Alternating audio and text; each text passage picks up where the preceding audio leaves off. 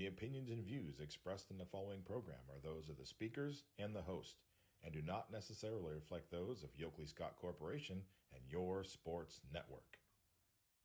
Yeah, I've been closer to Jesus before, so can you help me out? Oh, can you help me out? Am I on my own? Am I on my own?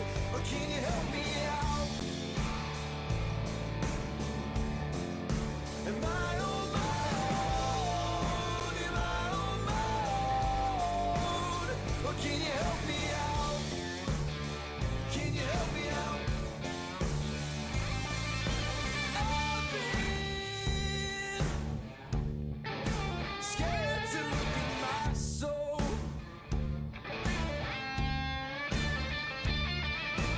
I've been afraid I would follow alone. Yeah, afraid of the things I've been told. Welcome into a Monday edition of Running Points, presented by Greenwood Chevrolet on Mahoning Avenue in Austintown. Ron Potesta with you alongside Anthony Hardwig. Good day, sir. Namaste. All righty. We got plenty of stuff to talk about. We will get into basketball. We got YSU football, YSU baseball, all kinds of other stuff. But we will start the program by letting you put your thinking caps on. Got to put your thinking caps on. Because today, our poll question, and by all means you can chime in to answer the question on the MP Vivo Heating and Air Conditioning Hotline, 330-886-0813. That's 330-886-0813. Today is a very special day. It is the 41st anniversary of the Miracle on Ice, the United States knocking off the Soviet Union in hockey up in Lake Placid. This was a medal round game. It was not the gold medal game. It goes down in history, for my money, as the greatest upset in the history of the sport, of the sporting world. The poll question, give me your greatest upset in the history of sports. I just gave you mine, and it's 41 years old today, and I can tell you where I was. I can tell you where I was watching the game. I can tell you why I was pissed while watching the game. We've heard this story before. Not because I was rooting for the Soviet Union. Oh, no. You commie scum. No. I will say that I was mad because this game was live at, I want to say 5 or 5:30 in the afternoon. The game was played. And the reason why the game was played then, America, Soviet Union, that satisfaction. Right. So play this game at 5:30 our time, and we'll give the Soviet Union an opportunity to watch their team play the Americans live, because we have no intentions of broadcasting this massacre live on television. That's tape delayed, 5 o'clock. Everyone knew this. 5:30 in the afternoon, everyone knew this. So, I go to school, you come home from school. Now, it was a lot easier to do this back then because you didn't have social media. So, you didn't have a computer, you didn't have social media. All you needed to do was not answer your freaking telephone and not watch any TV and not listen to the radio. That's pretty easy to do. So it's about 7:45, and I have done a great job. I have not listened to the radio. I have not watched anything on TV. I have kept to myself, and I am making sure that I do not want to hear from anybody how this game is going. And about 15 minutes before the game started, one of my friends called on the phone and spoiled the surprise for me. He was screaming into the phone, "We beat the Ruskies! We beat the Ruskies!" And I'm thinking to myself, you ignorant son of a bitch. You just ruined my day, even though I was happy as hell. You just ruined my day because I was waiting. I was waiting to watch this live. And, of course, it would have been given away anyway because Jim McKay who was a great Olympic broadcaster, and a lot more than just an Olympic broadcaster. He was best known for the Olympic broadcasts on ABC. Really good broadcaster. At the end of the second period, the game was tied at 2, and Jim McKay had this grin on his face after the second period and saying, "You'll want to watch the third period." And with a big grin on his face. So it is, I mean, everyone would have known had they even not heard the final result. Everyone would have known by the end of the second period with his grin on his face that the United States had upset the Soviet Union. It was unbelievable. And it made Al Michaels the great broadcaster that he is. Might as well just say wink, wink, nudge, nudge. Yeah, exactly. He just like has this grin on his face as if to say, yeah, screw you, you communist bleepity bleeps. We just kicked your ass. It was to me that's the greatest upset in the history of sports, and there's been plenty of them. I mean, you and I were talking about it off the air. Yeah, I had like the one that always pops into my mind is Texas Western beating Kentucky. Absolutely. Because Texas Western, now of course UTEP, came out of nowhere, and then in that tournament they decided against Kentucky. Adolph Rupp and the Kentucky Wildcats, Pat Riley on that team. They decided to play 5 black players and exclusively play their black players in the roster, not play any of their white players the whole game. And they beat Kentucky, and that kind of set the precedent for the sport. It changed basketball forever, because then all of a sudden people were saying, "Oh, you can win with black athletes." Yeah, the cultural landscape. It was kind of right on par with Jackie Robinson breaking the colored barrier for Major League Baseball, and everyone said, "Oh, okay, well, we have a bunch of players in the Negro Leagues that we can now scarf up if they're as talented as Jackie." Well, little known fact, Jackie Robinson wasn't even a top 20 Negro Leagues player. There were a ton of players in the Negro Leagues that were better than Jackie Robinson. The reason why Jackie Robinson was the person that was going to be brought in as the test project was Jackie Robinson had the demeanor that you needed, because he was going to be called every name under the sun, and you needed someone that had the cool demeanor that wouldn't fire back with angry words or anything like that, and that's why Jackie Robinson was selected.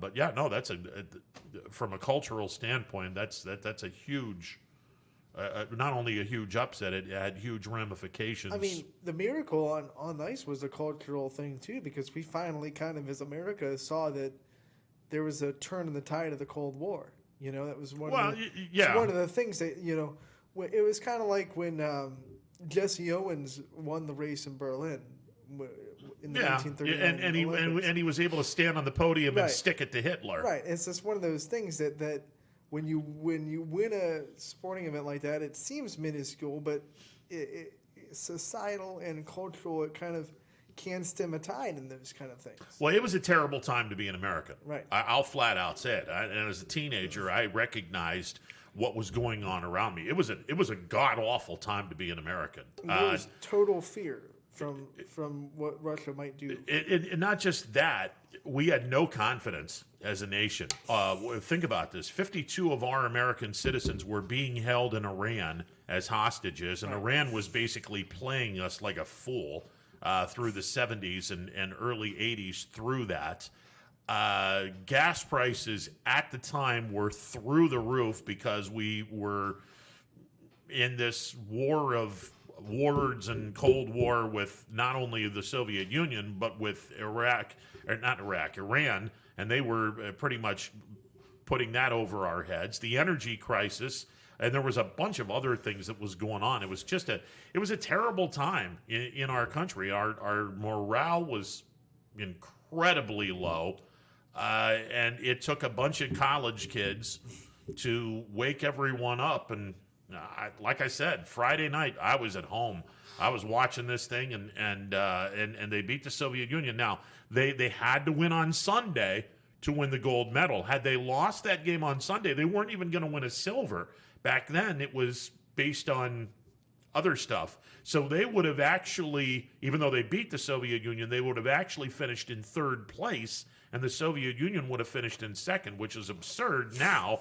But in back then, they had a different way of doing things. So they had to beat Finland on Sunday, and it was a live game on Sunday at 11 a.m. And it was the first time that I didn't ask. I told my parents, I ain't going to church today. It's not happening. It's just not happening. Don't even ask me to do it. I'm not doing it. I'm staying home. I'm watching this gold medal game, and that's it. Conversation is over. They're looking at me, and I'm like, I'm dead serious. I am not leaving this house. At 11 a.m., that television's being turned on to ABC, and I am watching the gold medal game. Don't even think about asking me to go to church. It's not happening today. I know a lot of parents that would be like, okay, and then they cut the cord of the TV and say, "You stay home." Yeah, well, I would have gone to another television then, but. No, I've put my foot down, and I think my mom and dad recognized the fact. Oh, this is history in the making. Yeah, do your thing. So, and we watched it. Oh my God, it was great. Oh, it was fun. Well, I mean, I'd never done that before, so I mean, I don't think God's going to throw me to hell because I missed church on the. Yep. What is it? February the. Hang on a second. Keeping the log. What is today? The 20. Yeah, February the 24th, 1980. You didn't go to church, Ron. That's it. You're done. That's it. You're done. You blew it. You had your chance. Yeah. And you blew it. You didn't wear a gold medal, and you're not going to get a gold medal here. See ya. But in all seriousness, those are great. I didn't live through those, so I want to kind of pick one that maybe I experienced and I got to watch. And Appalachian State, Michigan comes to mind. Oh yeah. Anytime you get a stick to Michigan fans is great. Yeah. The UMBC beating Virginia a couple tournaments ago in men's basketball. The first time is 16 beat 1. Absolutely. And they didn't just beat them. They they destroyed them. Steamrolled. Yeah, they destroyed Virginia. them. Can you imagine how much you could have won? By the way, let me do a money line bet with this team. Here's what I've always wanted. Someone invents a time machine. Get about, $1,000 in your pocket. Invent a time machine. Go back about 60 some odd years. And you already know in your mind all of the major upsets that have ever happened in the history of sports. And you start betting on all of these games. And then, okay, now let's take me back into the future with all this money. Yeah. I feel like there was a movie about that. I think Back to the Future 2 might have been... I think Biff tried that a little bit. I think Biff did try that, yeah. Tyson and Buster Douglas. I was just going to say, who beat Mike Tyson in Japan? Tyson and Buster Douglas was a huge one. I can tell you where I was at for that one as well. B.B. Runer's in Salem, and I was the only person in that place that said Buster Douglas would beat Mike Tyson.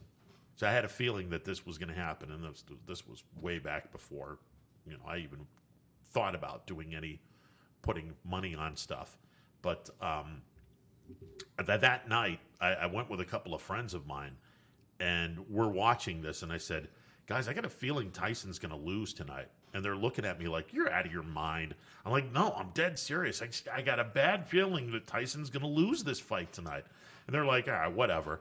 And then, Douglas gets knocked down, and everyone's going berserk in the bar, and they're looking at me going, yeah, your prediction, ha, ha, ha. And then Douglas gets up and just beats the living hell out of Tyson. And I'm looking around, and I'm going, just saying. Do you remember when George Mason went all the way to the Final Four? Oh, yeah. That was fun. Yeah, that was good. That was solid. Butler went to the NCAA championship game, not once, but twice. Half-court shot away. A really close half-court shot. Yeah. What about the Giants beating the Patriots when the Patriots were 18-0? That was a big one. And the Giants they were a wild card team, right? 7-9. I believe they were 9-7, but yeah. Yeah, that was a big one. The Jets beating the Colts in Super Bowl III was a huge one. Namath guaranteeing the win. There's been an awful lot of upsets in the lifetime of sports. But all of this is going to segue into what we saw this weekend, and maybe the biggest upset of the high school season, maybe the biggest upset in the last 10 years in high school sports in the area. Oof. Sebring comes home after getting beat up by Lowville on Friday night, by the way.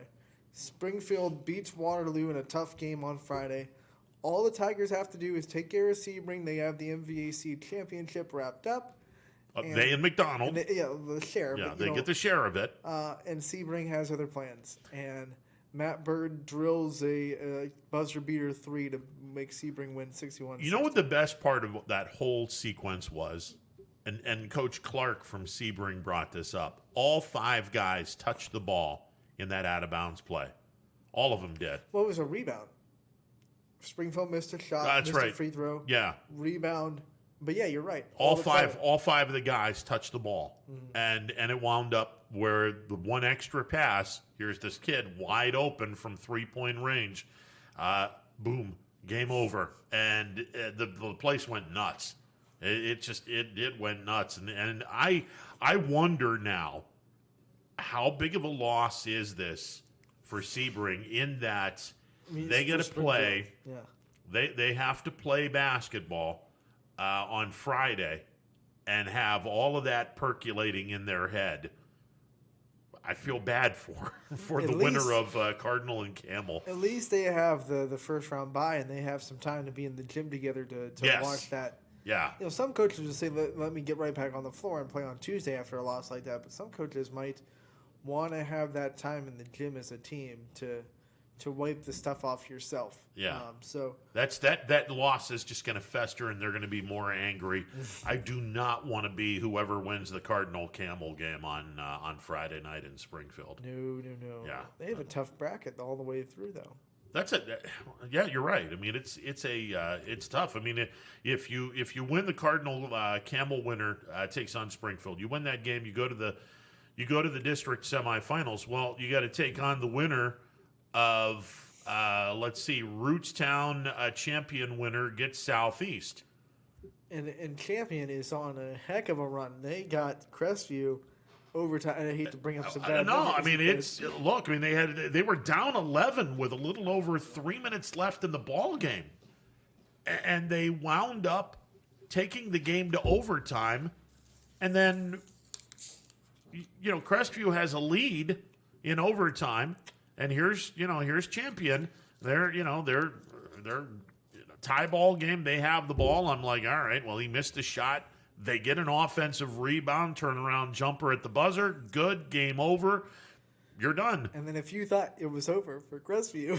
And then Saturday nights, again, they have a lead against Heartland.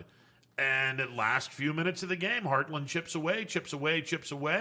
Rebels are up by 1 late in the game. And Mark Franken was busy doing buzzer beaters on the network. He gets another buzzer beater as Heartland Christian wins on a steal and a layup to end the ball game. They beat Crestview by 1. By the way, D'Onofrio got his 1,000 point in that game as well. Yes. For Heartland Christian. Yeah, another guy joining the 1,000 club, which we've had a ton of kids joining the 1,000 point club this year. Lesson learned for all the teams that came out of the wrong end of those. I mean, Crestview, if you just finish the game, you win by 12. But Champion comes back, forces overtime, and then I believe it was an offensive rebound and putback. They gave them the buzzer beater win.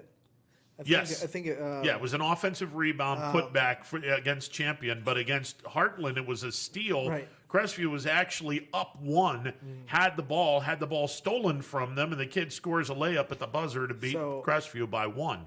In the one, you box out, you rebound. Yep. There goes that idea. Yep. But Trayvon Edwards made a good rebound putback. Absolutely. And then the other one, just take care of the ball with a lead. Yeah, they should Lessons learned. They should be 10-12. Instead, they're 8-14, and they're probably questioning. They're questioning some stuff, and unfortunately for Crestview, they got to play tomorrow night. Good news for Rick Gates. It's the little things. It's not like a big gaping. Oh my no, gosh, I understand. We're getting outplayed. We're getting out executed this close to the tournament time. What do? It's the little things you got to execute, and those are easy fixes. You just kind of go into the gym and you say, "Hey guys, we got to have better effort on the glass," which Crestview usually has pretty good rebounding. So to see them give up an offensive rebound and putback at the end of the game was kind of surprising. And then we got to take care of the ball with a lead. at the end of the game. Now, here's the thing. By Friday, Crestview could be a district team. Right.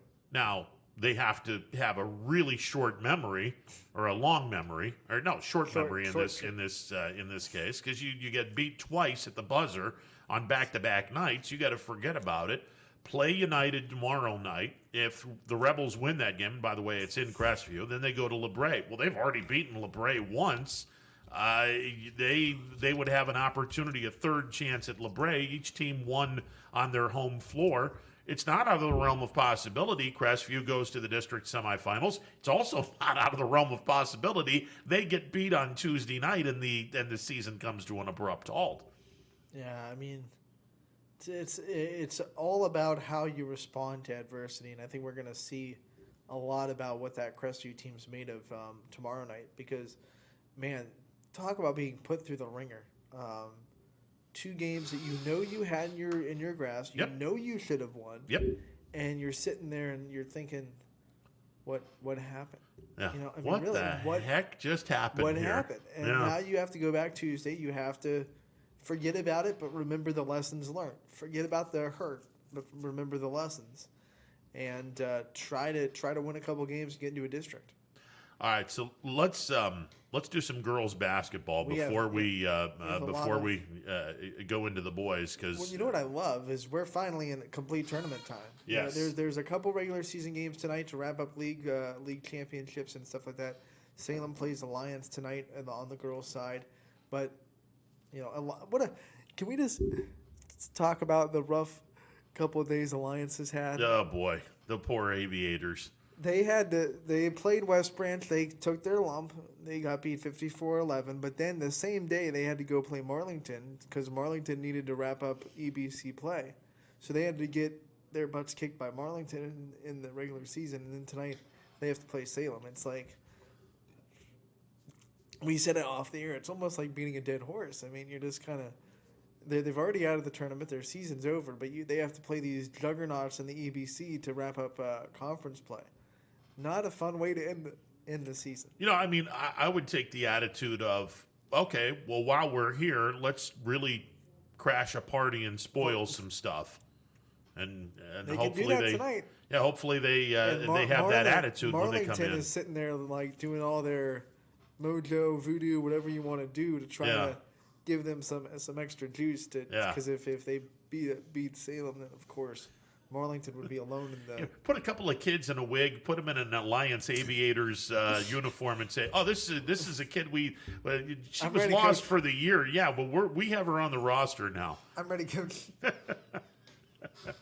I'm not saying that you should cheat or anything like that. I'm just saying it'd be kind of hilarious. But yeah, let's go through some tournament scores. Not a lot of surprises, but I will say there were some surprises in how the games transpired and the final scores, how they ended up being. Well, one surprise on Thursday, Canfield knocked off Perry to get to the district semifinals. That was out of my mind but I haven't been here since then. So Canfield did go off and knock Perry out, and they advanced to play Stowe tomorrow night. And unfortunately, even though they're not a member of the YSN family, Harding lost in overtime, and their season is over, which was a damn shame because they had a really good basketball team. And they didn't. I mean, the first tournament they're one and done.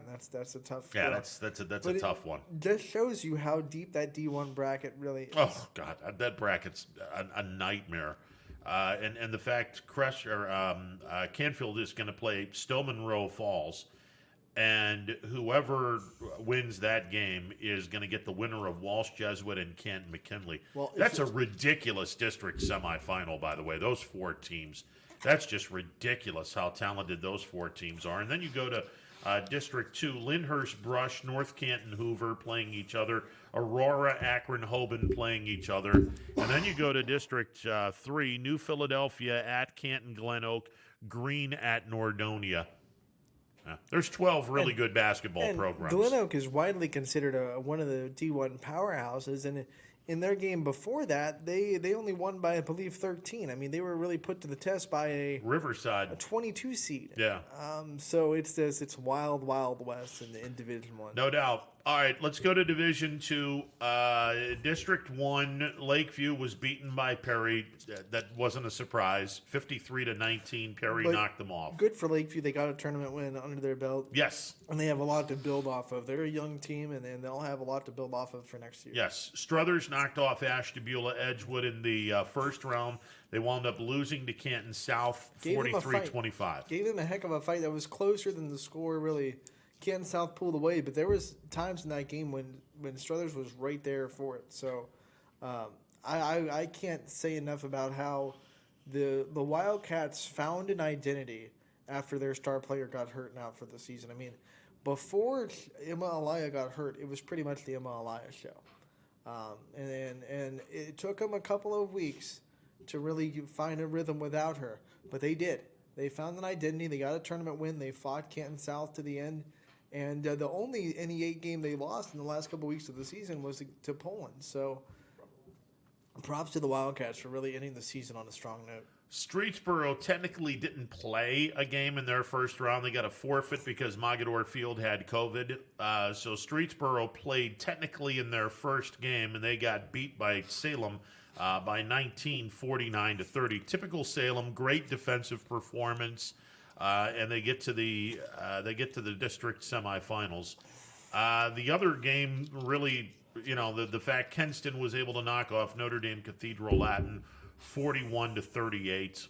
That surprised me a that's who little Salem bit, plays. because I thought Notre Dame Cathedral Latin would have just a better schedule, and they'd be a tough 10 seed, and it was a 3-point game. It could have gone either way. But Kenston got the win, so no upset in that game. It was, I believe, a 10 seed for Notre Dame. Okay, so the District 1 bracket has one local team and 3 teams on the outskirts. Canton South will play Perry. Salem is going to be hosting Kenston. There's a chance, although Perry's probably going to beat Canton South, but there's a chance to see an all-EBC matchup in District Salem 1. would love that, because then they would host the district absolutely. game. Yeah. So we'll see what happens there. District 2, Poland played Jefferson. No strangers to each other. They had played each other twice before. Third time pretty much went the same way. Poland knocked off Jefferson 53-35. Jefferson did get a win in the tournament, so despite losing to Poland, they did get a tournament win. And they were a team that you can clearly tell has improved. I mean, their second matchup was South Range, and it was one of the last games of the regular season. South Range only won that game by like 9 or 10. So they're really starting to give those top teams in the conference a little bit more competition. And that Poland game was close for a while. So once again, Jefferson, another one of those NE8 teams, you might find a little bit more parity next year when a couple of these Jackie Grisdale, Izzy Lamparty go away, and a couple of these teams have to find new players to step up. There are some young teams like Jefferson, Girard, and Struthers that are waiting in the wings to try to have some conversation in that NE8 league. The other sectional title game. West Yaga knocked off Cardinal Mooney 41-37. That game was played at Mooney. Mooney knocked off East in the first round.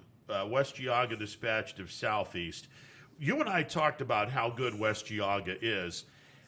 I kind of wondered how Mooney was going to be able to play this team. West Yaga is a really, really good basketball team. This Poland's going to have their hands full in the district semifinals. I wasn't there, but I was told that West Yaga was very physical, and the refs let them play. And when you're in a game like that, that team's going to obviously be able to hold you down to 40 or below.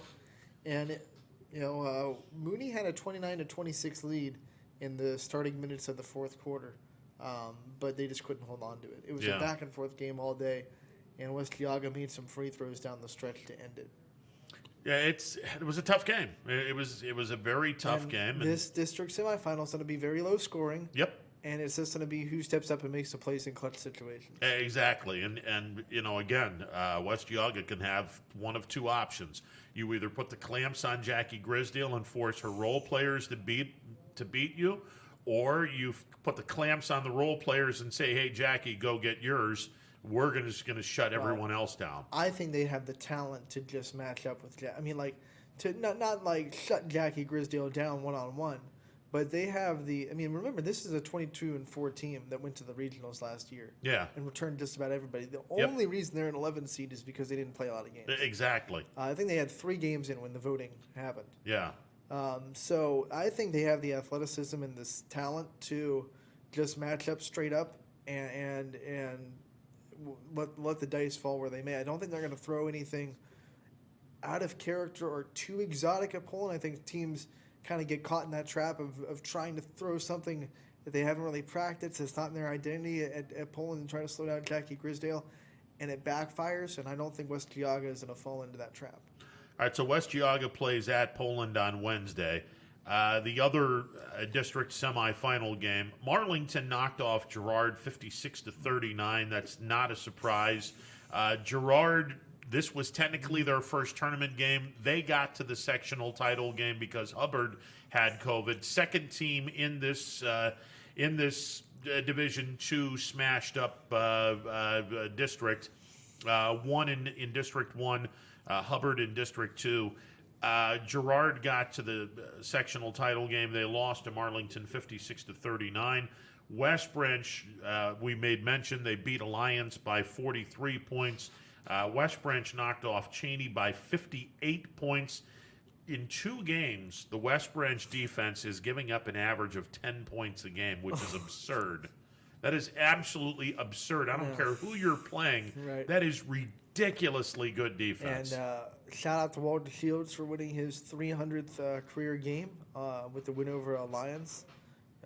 300. I mean, we talked about it a little, I think, before when we knew he was close. It feels like more than 300. It feels like he's been there forever, but 300 is a dang good feat, and it's a lot of tournament wins go into that 300 as well. Look, this District 2 is so friggin' deep.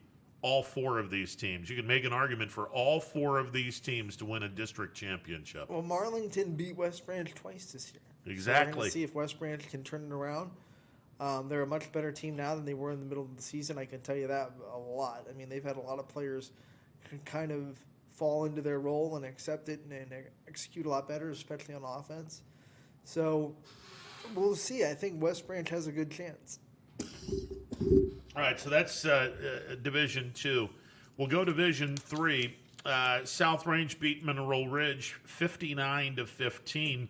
And we talked about West Branch playing some really good defense. How about Coach Fischel and the South Range Raiders?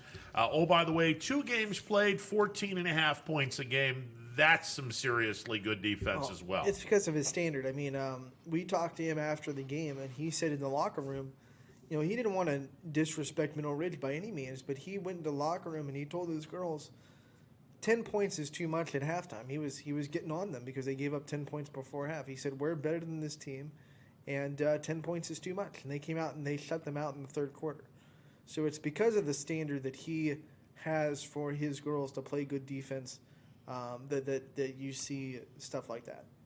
East Palestine played their first game in the tournament. They drew a bye. They knocked off Burton Berkshire. They both had to bye, right? Yeah, absolutely they did. They knocked off Berkshire 52-34. This has been a fun year for East Palestine, even though they've had COVID, 2 times, and it's done some crazy things. They haven't played many games, although they do get the EOAC championship.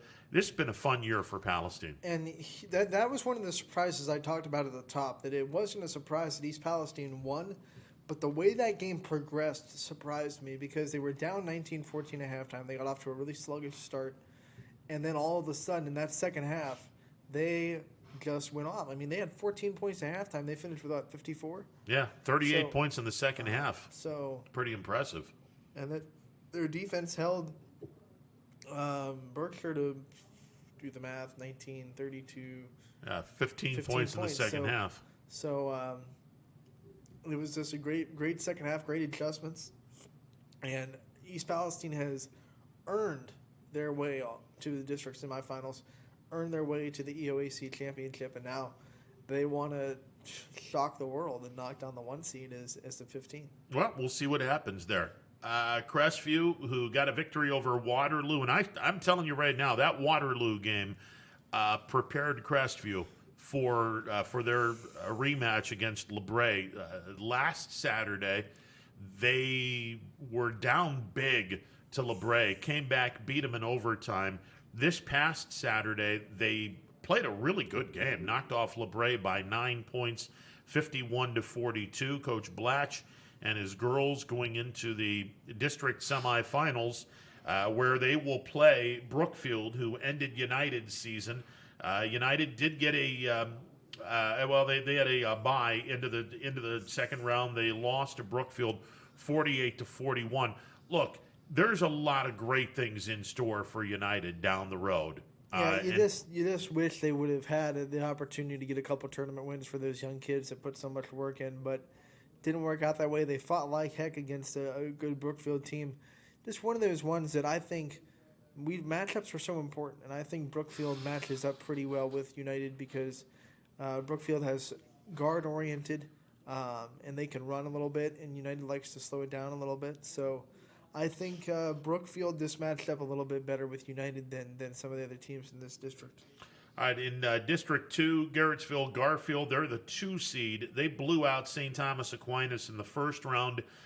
They took care of Conneaut in the second round by 45 points. So you got a 35-point win in round 1, a 45-point win in round 2.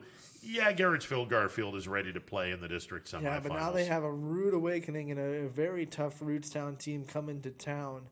And if you're Garfield, you cannot sleep on the Rovers one bit. I wouldn't be surprised if Rootstown pulled off that upset. Rootstown knocked off Grand Valley 49-30.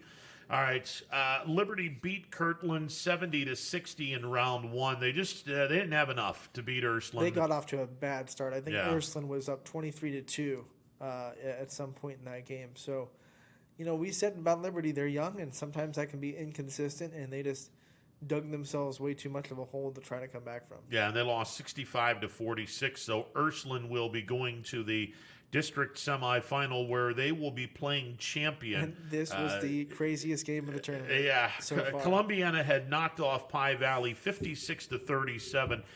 And truth be told, the Clippers had a 5-point lead with less than 15 seconds to go. Late in the game.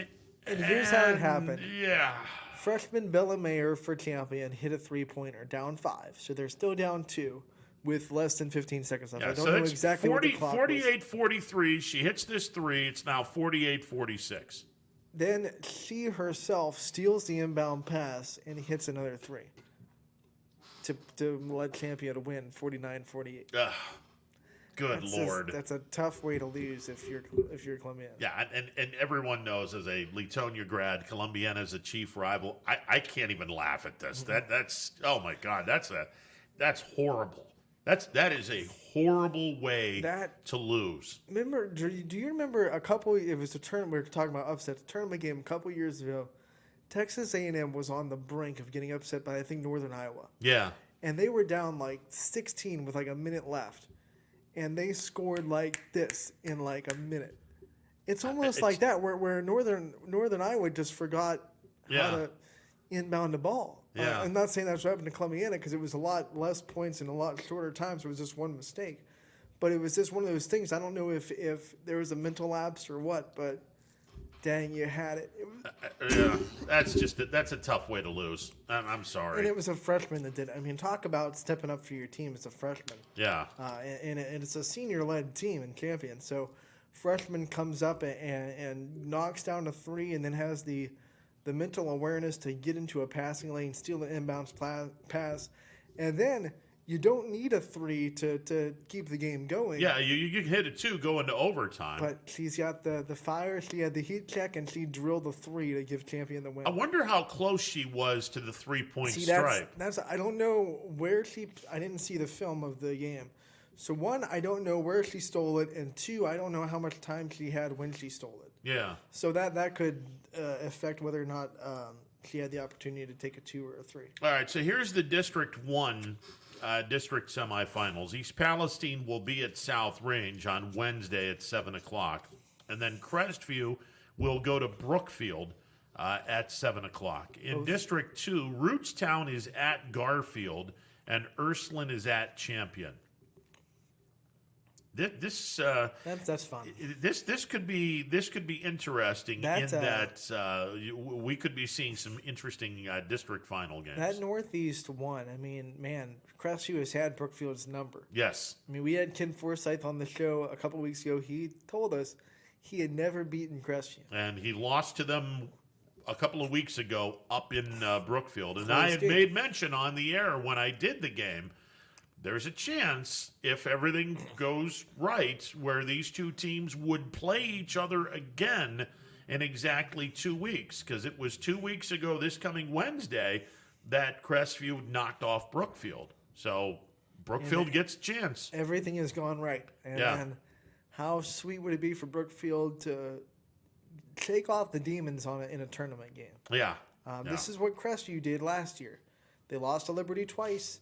They met them in the district semifinals, and then they beat them in the district semifinals, and it was like, we have the last laugh. You can have your league championship. You can have your, you beat us in the regular season. We have the tournament win, so we get to plant the flag. Yeah. And that was a big win for Crestview. So now they have to make sure now on the other side of that coin, they don't make the same mistakes Liberty made last year and kind of overlook a team that they've already beaten twice. You and I have both said that it's not a good matchup for Brookfield in that they don't have a big to try to lock down Krista Perry. They're going to have to double Perry because they don't have the size. And then the other thing is their guards are really good. Sophia Hook and Reardon are both really good, but they're not big. And I think Crestview has a little bit bigger bodies on the guards, so they can guard those girls, stop them from driving, and take at least one part out of their game. Maybe make Sophia Hook take a little bit more threes than she's used to, tough threes. We saw that in the last game. I mean, she was shooting bad, but it was because she was forced to take tough shots. Yeah, they weren't allowing her to go into the lane at all. So they did a great job defensively. Brookfield's gonna have to Sophia. Brookfield's gonna have to come out with a way to get Sophia Hook loose in space, because when she's in space, she can do whatever she wants with the basketball. But Crestview's not going to give her a lot of space. So Champion is going to be hosting Ursuline, and this Champion's got a shot. They have a shot. They have to play a lot better. Absolutely. Because talent-wise, they should have had taken care of Columbiana. They should have. They didn't. Columbiana played a really good game, and Champion was able to barely scratch it out. But Ursuline's a different animal, and you're not going to be able to execute that poorly and then pull out a last-second heroic again. Or at least, I don't think you will. If that happened twice and you won 2 tournament games like that, it might be one of those things where it's destiny, and you're going to win a district championship just because it's written in the stars. Yeah, you never know. Now, if they do win, they lost by 2 to Garfield in their regular season matchup, so it could be a very fun district championship game if Garfield and Champion both win, because it'll be a rematch of a very competitive regular season matchup. Well, and look, I mean, Garfield and Ursuline would be a great matchup as well. Although we both think Rootstown might have something to say about this. If I was picking, like if we were picking, maybe we'll do this towards a little bit later in the show, pick all the district semifinals. I would have Rootstown versus Ursuline in the districts. The 2 road teams going to get a victory. All right.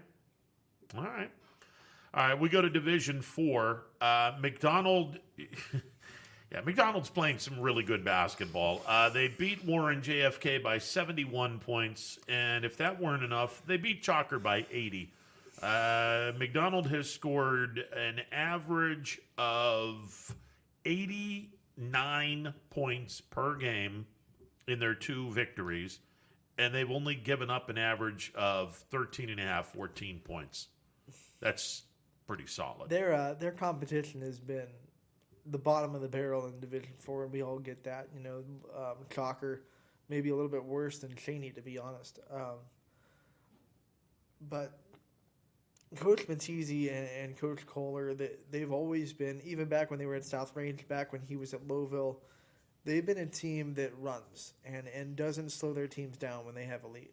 Now, I guarantee the starters were out of the game, but they were still playing their offense, looking for wide open shots, and he's not going to tell his team to slow down because they have a lead. The crazy thing is they had, what was the final 90? 96-16. Yeah, that was a running clock. Because after the second half, if you're up by 35. Yeah, if you're up by 35 or more, their they clock got runs. 96 with a running clock in the second half. So that makes it even more impressive because any foul shot slows you down. A foul shot could take a minute out of the game. Absolutely. Yeah, absolutely. All right, so they'll play Springfield, who beat Lordstown 58-26 in the first round. They got past Matthews in the second round, 48-31. So McDonald will play Springfield. These two teams, they pretty much know each other. Having those two teams played 2 times earlier in the year. Bristol knocked off Bristol knocked off Valley Christian, who defeated Heartland in the first round. Bristol knocked them off 42-37. Bristol will play Newton Falls. Newton Falls knocked off Sebring 65-29, and then they beat Lowellville 52-16. So Newton Falls will be Bristol's opponent at Newton Falls in the District 1 district semifinals. So Springfield at McDonald, Bristol at Newton Falls. Newton Falls plays incredible defense. All their games this year have been, even their losses have been below 50 points. So they're going to be tough to score against. And if they're scoring 50 plus themselves, like they scored 52, they're going to be really hard to beat for Bristol. All right, so District 2, Western Reserve, they beat Wellsville in the opening round 63-12. They knock off St. John 55-10. So they're giving up 11 points a game. Not too shabby. And they seem like they were a little bit more deliberate when they got the big leads, unlike McDonald, who kept their offense in and kept running. So it's just 2 different coaching styles. Maplewood beat the daylights out of 2 EOAC teams. They knocked off Lisbon by 49 points in the opening round, 66-17. They beat Southern by 26 points in the sectional title game, 49-23. Maplewood will take a trip to Western Reserve. Maplewood plays some pretty darn good defense. They can shoot too. So if you let them get open looks in the perimeter, then they can knock them down. The problem with Maplewood is they don't play a lot of teams that play man-to-man defense. That's why they're so good at shooting the 3, because their schedule is the zone. That's why when they played South Range, they didn't hit any 3s, because South Range just completely matched up with them, didn't give them any room to shoot. So Western Reserve's going to come out and play them man-to-man, not sit back in a 2-3 zone, and Maplewood's going to try as they might to still get some open looks from 3 because they don't really have an inside presence. So their offense comes from their perimeter. So picks and screens, you better learn how to do those bad boys if you want to win this. You got to handle the ball too against pressure, and a lot of teams struggle with that when they play zone all day. No doubt. The other District 2 district semifinals, Leetonia beat Cardinal 58-48 in the sectional opener, but then blew a third-quarter lead and lost to East Canton 47-42. Good year by the Bears. They got outplayed in the fourth quarter. They had their chances. It was there. They just needed a little bit more scoring from their leaders. They needed Taryn Ferry to score a little bit more than she did. They needed Del Gregorio to score a little bit more than they did. So, yeah, it was a tough way to end the year, but they lost by 5 to East Canton. Jackson Milton beat Badger in the sectional opener 56-31. They beat Wyndham, doubled them up actually, 62-31. Jackson Milton will go to East Canton. This is a good East Canton team. Jackson Milton's rolling at the right time. They are. Their offense seems to be really clicking. Kylie Wilson shooting really well. And man, like I said, they have 3 kind of players that all score in different ways. It makes them hard to defend. They have a pretty good post. They have a guard that can drive in Chelsea Williams, and they have Kylie Wilson who can shoot really well from the perimeter. So they're hard to defend because they have 3 separate people that can beat you in 3 different ways. So you have to be able to defend every spot on the floor. And that's why a lot of teams struggle with Jackson Milton. Okay, let's go to Division One. Do you see Canfield going into Stowe to knock off Monroe Falls? That would be so tough. I mean, I think Stowe's the best team in that district by far. I mean, we talked about it when we did the Division One bracket. Stowe's up here, Canton, and then Canton, McKinley, and all the other teams are like in this little bubble right here. And then there's some bottom of the barrel teams down here. So that's why Canfield was able to go and really match up well against Perry, because there's so much parity in Division One. But Stowe is just a huge mountain to climb. But I didn't think they'd beat Perry, so I gotta believe that the Cardinals can definitely go there and fight. I wouldn't be shocked if it happened, but at the same time, I wouldn't put money on it if that's the not that we bet on high school sports. Yeah, please don't. I couldn't find another term. I just I'm not confident that they can do it. I wouldn't be shocked, but it's a tough mountain. I agree with you. I'd love to see it. Man, that's a tough mountain to climb. That is a really tough mountain to climb. We'll see what it and even if you win that game, you still got to get Walsh Jesuit or Canton McKinley. I mean, you're really asking for a ton. If you beat Stowe, then you got to feel like you can beat anybody, because Stowe's one of the best teams in the state. Yeah, but how many times have you seen a team upset the top seed and then come back the next night flatter than a pancake? Right. It's just so it just I don't know. That's a tough mountain for Canfield to climb. I'm not saying that they can't do it. That's a tough mountain to climb. But come Friday night, if they win a district championship, holy crap, that would be an amazing accomplishment. Right. Amazing accomplishment. And that would be where is Walsh Jesuit? What seed are they? I want to say they're a little bit higher than Canfield. So no matter what, it would be on the road. Yeah. Because I think Canfield's the 15th. Yeah, I want to say they're a little bit higher. Division 2. Canton South at Perry, Kenston at Salem. Are we looking at Salem and Perry? I think so, absolutely. Okay. District 2, West Geauga is at Poland. West Branch is at Marlington. I don't think West Geauga has the offense to score enough against Poland. I think they're going to hold Poland down. It's going to be very low scoring, but I just don't think they have enough offensive power to get past that Poland defense. So I say Poland wins that game. I'm going to pick West Branch for the I guess you'd call it an upset, because they got beat twice in the regular season. But Marlington's stumbling a little bit, and we just talked about West Branch is just a different animal when tournament time hits. The Walter Shields has them playing at a very high level. It's going to be super hard for Marlington to score against West Branch, and I would consider both these games are going to be pretty low scoring. I would be surprised if any team got into the 50s in either game. Yeah, this will be a defensive struggle. So I think we're going to have a rematch of last year's district It wouldn't surprise me if it is West Branch and Poland in a district championship, and I'll say it right now, it wouldn't surprise me if it was Canton South and Salem in a district championship. Although Perry is Perry's a ridiculously good team, and look, Salem's got a really tough opponent in Kenston. Yeah, we can't sleep on Kenston. Yeah, Kenston's going to be a tough team.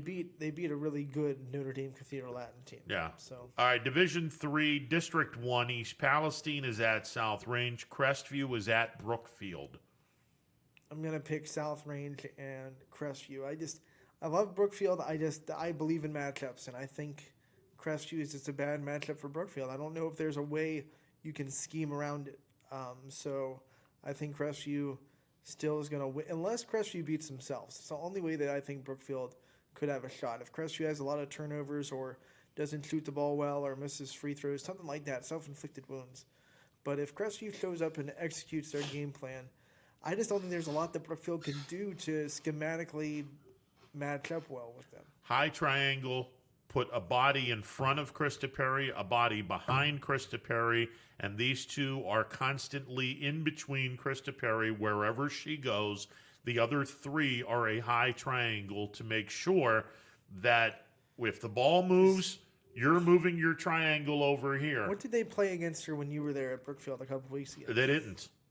What did they do? Did they just man up? They manned up. Or did they go into zone? And if they went into a zone, Crestview started sticking threes. That's the thing. And again, if you're going if you're going to try to slow down Perry or say, Krista, get yours, we're going to shut everyone else down. Again, that's the pick your poison. If I was Brookfield, I'd rather do that because it's going to be hard to match up with Perry. So I would just be like, shut everybody else down. And if Perry wants to score 20, she can score 20. Rest of the team, you're going to score 10, and all we have to do is get to 30.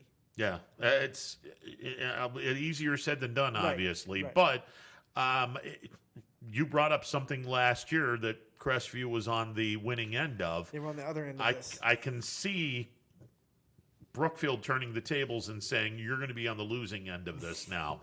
And I'm not going to sleep on Palestine in this game. I understand they don't have much depth. I get it. I understand that their depth is the problem. Their depth, and here's the thing that's going to hurt Palestine. The UAC, mad respect, a lot of deep player, but we talked about it with Maplewood. All their opponents play strictly zone. I mean, you can go into all their film. Zone defense, zone defense, zone defense. South Range is going to man them up and press their guards. And can East Palestine handle the pressure of defense in their face? I don't know. We'll see. I don't know. Their guards are athletic but undersized, and that's going to hurt them as well because they have to go up against Bree Cole or Lexi Giles, who are both not tall but built and strong, and they're going to play physical with them. So it's going to be really tough for East Palestine. Now, if they can handle the pressure and kind of break the press, get some easy layups off of the press with their athleticism, they can have a shot. I know they want to compete a lot better than they did in last year's tournament game at South Range. Yeah, because last year's tournament game at South Range, they weren't ready. They were like deers in headlights against that team. So that's another reason why I am not sleeping on East Palestine. Don't think for a second they don't remember the butt kicking they took last year against South Range. So I think at least for the first quarter and a half, maybe the first half, they're going to be reminding South Range, hey, we're not that team that you beat last year. We'll see if that takes them. And then they have to stop Izzy Lamparty. And it's, I don't know if they have. Well, the Patriots champion it has decent size, but the rest of their team, just size wise, I just don't know. I just don't know if they can just straight up stop Izzy Lamparty. Yeah. And Division 4, Springfield is at McDonald, Bristol is at Newton Falls in District 1. Look, nobody's stopping McDonald. I'm sorry. We already know the end of this story. This is the most clear-cut Division 4. I mean, we know McDonald's going to get there. We know Western Reserve is going to get there.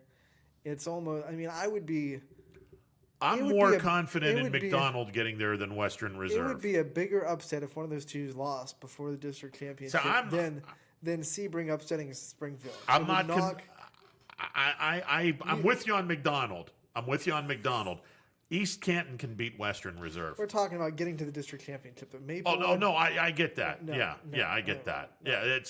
McDonald's going. McDonald and Western Reserve are going to that. Every district championship's hard because the team earned their way there. Yeah. They're hot. They're feeling themselves. Yep. So you very rarely see a huge, massive blowout in the district championship unless you're someone like Berlin Highland, who's just head and shoulders above everyone and it doesn't even matter. I would just editor's note, please someone schedule them to come up to the Mahoning Valley so everyone can see just how great of a machine this team is. I would love it if one of the Division I teams up here scheduled. Oh my God, that would be awesome. Like if maybe Canfield got them. Yeah. That'd be fun. Come on up. Come on. Yeah, come on up. And, or even if someone went down there, just so we could see how our area matches up against theirs. Well, spoiler alert, it doesn't. That team is ridiculous. Yeah, it's crazy. McDonald and Western Reserve, they're no disrespect. No disrespect to Springfield. No disrespect to Maplewood. They're going to be heavy underdogs in these two games. You think East Canton can get to the championship, and then you think they can knock off? I think East Canton is more than capable of beating Western Reserve. See, I'm not but even I don't think they will. East Canton can beat Jackson Milton. Well, that's another thing where I think that game's going to be a lot of fun to watch. So, and the McDonald opponent, Bristol and Newton Falls, is going to be a blast to watch. Yeah. I think that's going to be the two different styles again. And we talk about it all the time. Whoever controls the tempo is going to win that game because Newton Falls likes to play you slow down, play you Yep. half court, be deliberate. Bristol runs, and we're going to see. Bristol, I think, is going to be hurt by their schedule, and I've said that before. They don't play a lot of great teams on their schedule just because their league, you can't control what league you're in and the caliber of the league. So I think their schedule is going to hurt them. If I were Springfield, I'd hold on to the ball as long as I possibly can against McDonald. I think and slow them down that way. As far as the MVAC teams in that conference, Springfield. Well, now without Abby Joseph, it's going to be even harder. But Springfield might be the one team that not can beat McDonald, but compete a little bit because J.C. Mullen is hard to guard. Kylie Kosick is a great point guard. They have pieces there. It's just they don't have nearly as many pieces, and they don't have the depth or the stamina to go toe-to-toe with McDonald for 4 quarters of play. I wouldn't be surprised if that game is close after 1 quarter or maybe close into the second quarter. But eventually, McDonald's is going to wear you down with how much they push the ball and how much they can score at will. So I think it might be a big margin for McDonald, but you might have to look deeper into the stats to see how competitive that game was. Even if McDonald gets the tap and scores 2 points, my goal is get past the press, go across the timeline, and hang on to the ball for the rest of the quarter. I'm not even going to screw around with. I'm just going to sit back and go. You want to get this basketball? Come get this basketball because we're not giving it to you. Only works with teams that play zone, and McDonald does not. It definitely works when you're man to man. McDonald's going to come up and press their. That's you fine. have to take care of the ball. Yeah, and absolutely. That's hard to do for a whole quarter. That's fine. You can't do that against McDonald for a whole quarter. All right, that's fine. And then find some backdoor cuts then. If a team held the ball for the whole quarter against McDonald, I would eat my hat. Because you just can't do it. You're gonna get the ball stolen eventually. Look, at some point in time, if you hang on to the ball long enough and someone does a backdoor cut and you find them for an easy basket, then you've the mission accomplished. Players that don't panic when they're trapped. All along, because McDonald will trap anywhere. I understand. So, do you? I'm not saying do you understand. I mean, does Springfield have the players that cannot panic when they're trapped?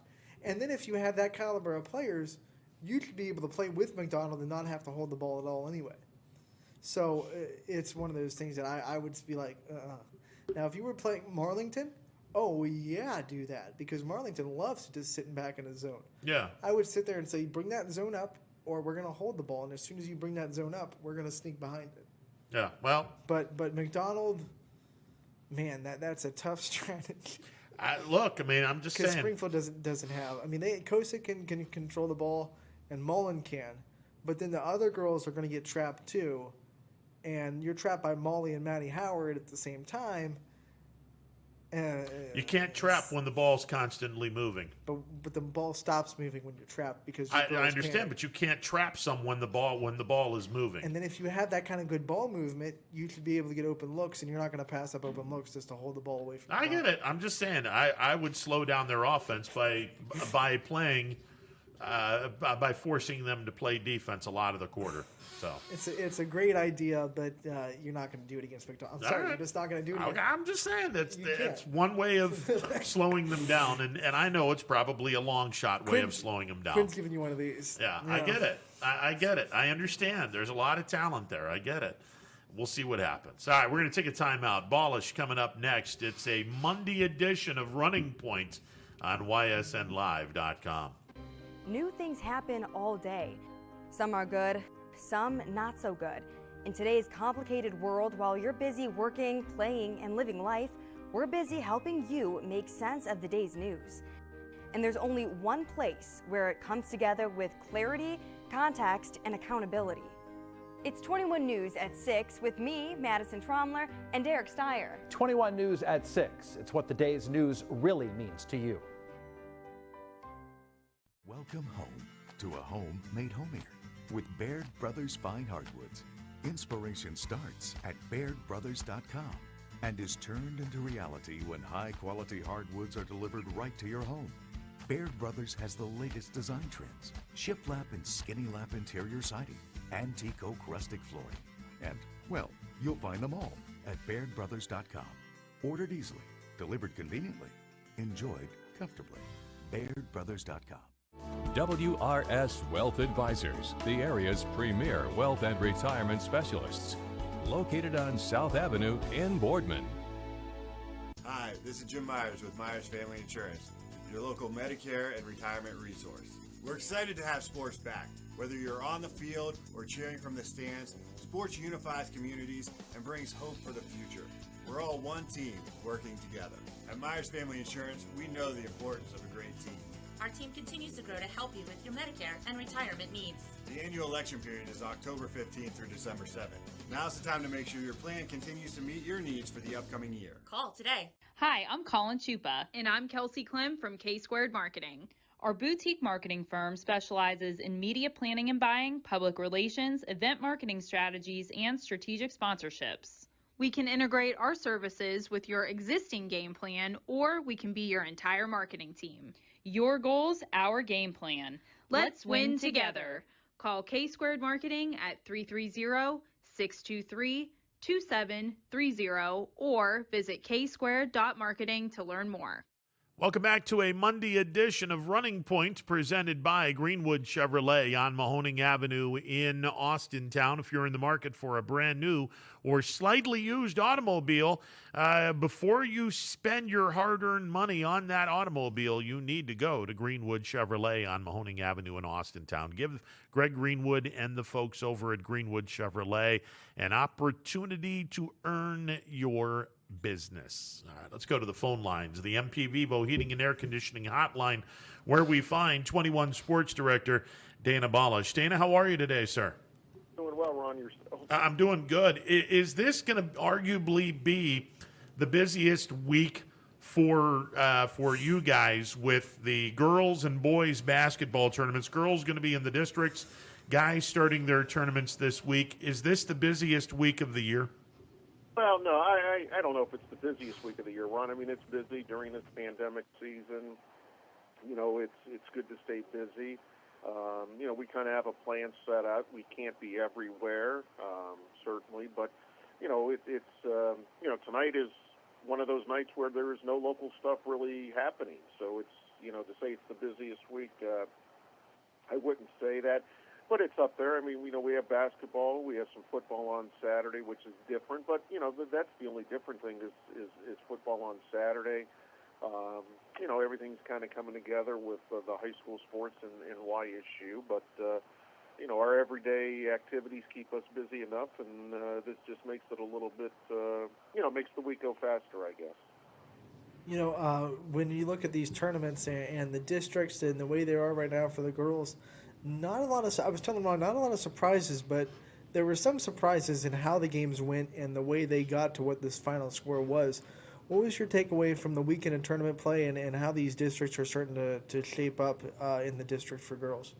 Well, I think, you know, things kind of went as planned. I mean, the top seeds all moved on, and, you know, with the tournament this year, with basically two districts being combined, I mean, I guess, you know, those you know, the one game I guess that sticks out a little bit would be West Geauga beating Cardinal Mooney. Cardinal Mooney was at home, but everything else kind of went, you know, as scheduled. I don't think there were any major upsets. I think it was just a case of, you know, you got to be safe during this time and play well, and I think that was pretty much, you know, what happened over the weekend.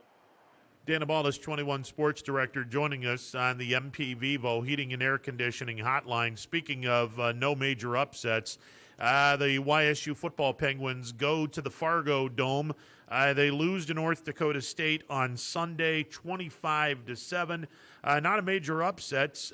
North Dakota State wins their 39th consecutive game. This is a team that has won a national championship in 8 of the last 9 FCS years. Under the circumstances, I thought the Penguins played a pretty good game defensively. It's just offensively, they were pretty much slowed down by a very good Bison defense. Well, you know, Ron, if YSU was going to pull off the upset, it would have been like Hot Dog Harry Stevens Day in Niles. You know, I think, you know, for YSU, what it came down to was, you know, and again, you know, and myself included, I think before the game was played, you're saying, you know, the league gives YSU no breaks playing North Dakota State. You know, defending national champions. But on the other hand of that, if you have a chance to beat them, I guess playing them the first game would have been that chance. And I thought YSU played well. Was it perfect? No. Was it a victory? No.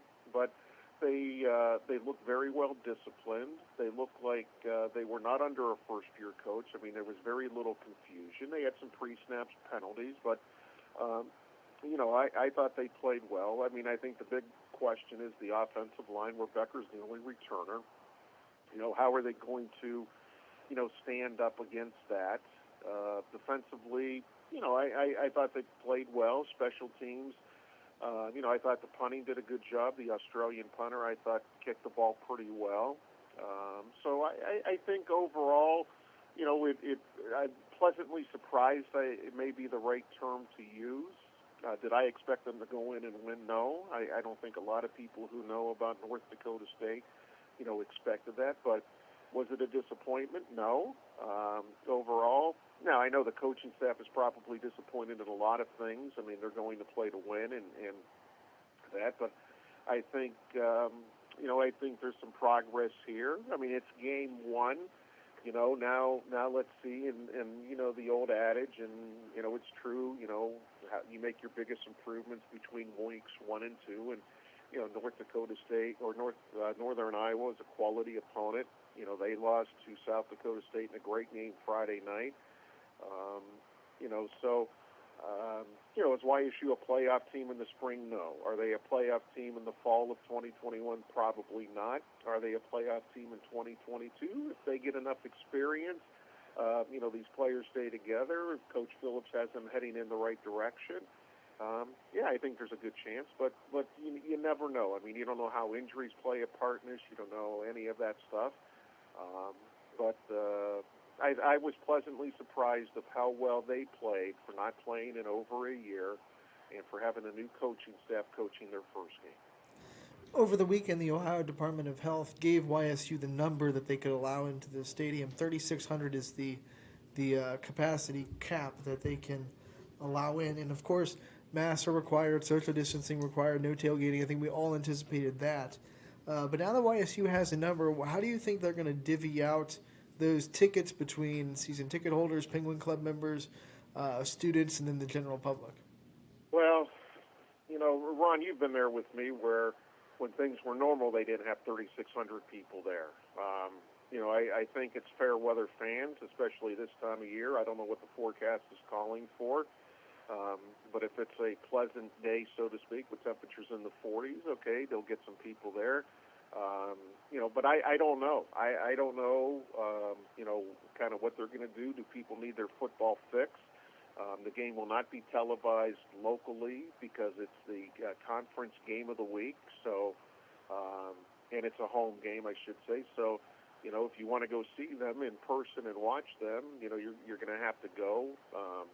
That sort of thing. So, I just hope they get some people there. Will they get 3,600 there? I'm not sure. I'm not sure they're going to get that many. I hope they do. But I just think, look, if and Ron, you've been around. I mean, it's been sunny and 75, and they're playing someone, and they don't get enough. They don't get a lot of people there. So agreed. You're preaching to the choir. I mean, I don't know what to expect from a crowd standpoint. I think there will be, the parents will go, the band will be there, and that sort of thing. But my question is, how many of, the loges or where the majority of people are, how are they going to social distance there? I mean, what's that all about? But, I don't know. I don't know what to expect crowd-wise, to be quite honest. By the way, the weather forecast, which I'll probably want to take a lot more serious by Thursday, the long-range forecast is 49 degrees for a high with rain showers early, overcast skies later in the day. So we may be playing with some shower activity on Saturday when the game starts against Northern Iowa. So I don't know what to expect. I mean, there's no tailgating, and I mean, let's call it the way it is. People go to tailgate and they didn't go into the game. So I don't know what to expect, to be quite honest. 21 Sports Director Dana Ballas joining us, I should say, on the MP Vivo Heating and Air Conditioning Hotline. Thursday will be a very, very busy day and night on campus at Youngstown State. The YSU women will be in action as they take on Purdue Fort Wayne, the Mastodons, at 5 o'clock. And then the men will be hosting Illinois Chicago. The YSU men got a 6 seed. The YSU women got a 7 seed as the Horizon tournament begins this week.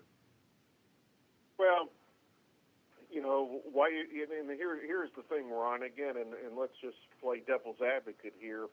Let's begin with the women. They beat the Mastodons by, 42 in the first game, then 16 in the second. What's that old adage? It's tough to beat a team 3 times in a season. You know, we'll see what happens. The men are playing a UIC team that, you know, they didn't have Quisenberry the first time they played. They lost, 68-67, and then beat them, I think, by double digits the second time around. You know, Coach Calhoun said it the best. Look, everyone's 0-0 now, so it's a one-game elimination tournament. I mean, so you got to go out there, you got to play your best 40 minutes of the year and take one game at a time. You know, fortunately, you know, they're both at home, and that really doesn't mean too much with no fans, so there's no home court advantage per se. I guess the advantage is you're used to practicing on the court. You kind of know the rims and that sort of thing, but you know, there's no home crowd, so it's going to be interesting. You know, the women are 3-3 so far this month. You know, the men have played well. They let one get away on Friday nights, but you know, this is what it's all about. It's tournament time, and as Coach Calhoun said, you know, following the game on Saturday, look, we're just fortunate to keep playing. You know, with this COVID situation and all this, I mean, in his words, you know, if you would have told me, you know, that we would have been able to get 25 games, and I probably wouldn't have believed you. So, you know, let's see what happens. You know, they get a win. They go to, you know, they go play another game next week, both on the road, and, you know, see what happens. And just to go back to local high school real quick, because you had news break about a half an hour ago that McDonald cross-country coach is stepping down after 25 years, Chris Roop. Such a strong cross-country program. I think 5 team state championships in his tenure, and then 5 runner-ups as well. What's that mean for that program, and what do you think the future of McDonald cross-country might look like? Well, here's what it means is he's been coaching for 23 years at McDonald, and they won 23 league titles. So they never did not win a league championship in cross country at McDonald. You know, 5 team state championships, 7 team runner-ups, 5 regional appearances. You know, 23 years. I mean, McDonald is synonymous when it comes to cross country. Them in Maplewood, and certainly Chris has done a great job. And you know, that he put that cross-country program on the map, and certainly he will, you know, be missed. But, you know, coaches, you know, they want to get out when they want to get out, and certainly you can't blame them for that. Well, if we're talking ancillary sports, what he has done at McDonald might even be more impressive than what Cheryl Weaver has done at Champion with her softball program. Well, I think that's a pretty good comparison. You know, when you got it rolling, you got it rolling. You know, Chris has won 5. Cheryl has won, I think, 6, and Champions won 9 state championships in softball. I mean, you know, regionally, our coverage area, you know, Champion only trails Kennedy Catholic, the boys, who have won 10 state championships in boys hoops. So, you know, good coaches, you get it rolling, you know, you get it going, and that's what they do. They don't rebuild, they reload every year. You know, young runners, young pitchers, you know, that's what it takes. And certainly, you know, Chris did a great job. I mean, he was certainly, you know, a stalwart for cross-country, a supporter of cross-country, an advocate for cross-country and track, and certainly, you know, this area will miss him, and I know McDonald will miss him, but he was certainly a good coach, and I hope he has a happy retirement. The calm before the storm, as you mentioned, nothing going on locally tonight, but buckle your seatbelts because the rest of the week it'll be busy. Well, you know, Ron, we have boys tomorrow. The tournament opens, I think, tomorrow and Wednesday, and then the girls. I mean, the boys and girls won't play on the same nights, which is good. You know, so Our boys are Tuesday, Wednesday, girls are Thursday, Saturday. The boys back on Friday. So it's a fun time of year. You get some you get some upsets. I like the format that they've done this year, where you have some different teams in the districts.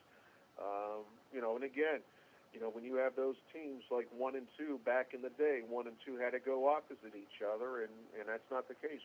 The top 2 seeds in each district could have played each other if they wanted.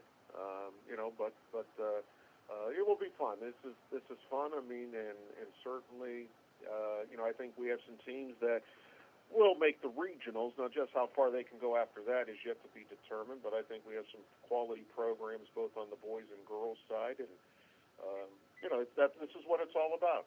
Okay, before I let you go, I got to ask you, and then we'll bring Anthony in after the break, and we'll talk about this as well. Friday, I made the comment, I love this format. I absolutely love what this format has brought, the 2 districts smashed into one big district. What needs to happen now after this year, they need to tweak this and have Division 4, Division 3, Division 2, Division 1, the 2 districts in Divisions 2, 3, and 4 all need to be played in one neutral site. And I think it would be the perfect ending. So D4, if you want to play it at the Fieldhouse in Struthers. D3, you want to play it in Harding or Salem. D2, you want to play it in Boardman. You have one site for both district semifinals and both district championship games. Your thoughts on that, sir? Well, I think, Ron, and again, you got to make sure, if things remain the same as they are now with limited fans, it's going to work. If you're gonna do it, when things are back to normal, I'm not sure those places would be big enough. I think you would have to play those districts, the district semifinals, one on one night, one on the other, then come back. I don't think you could play double headers. I just, when things get back to normal, I think,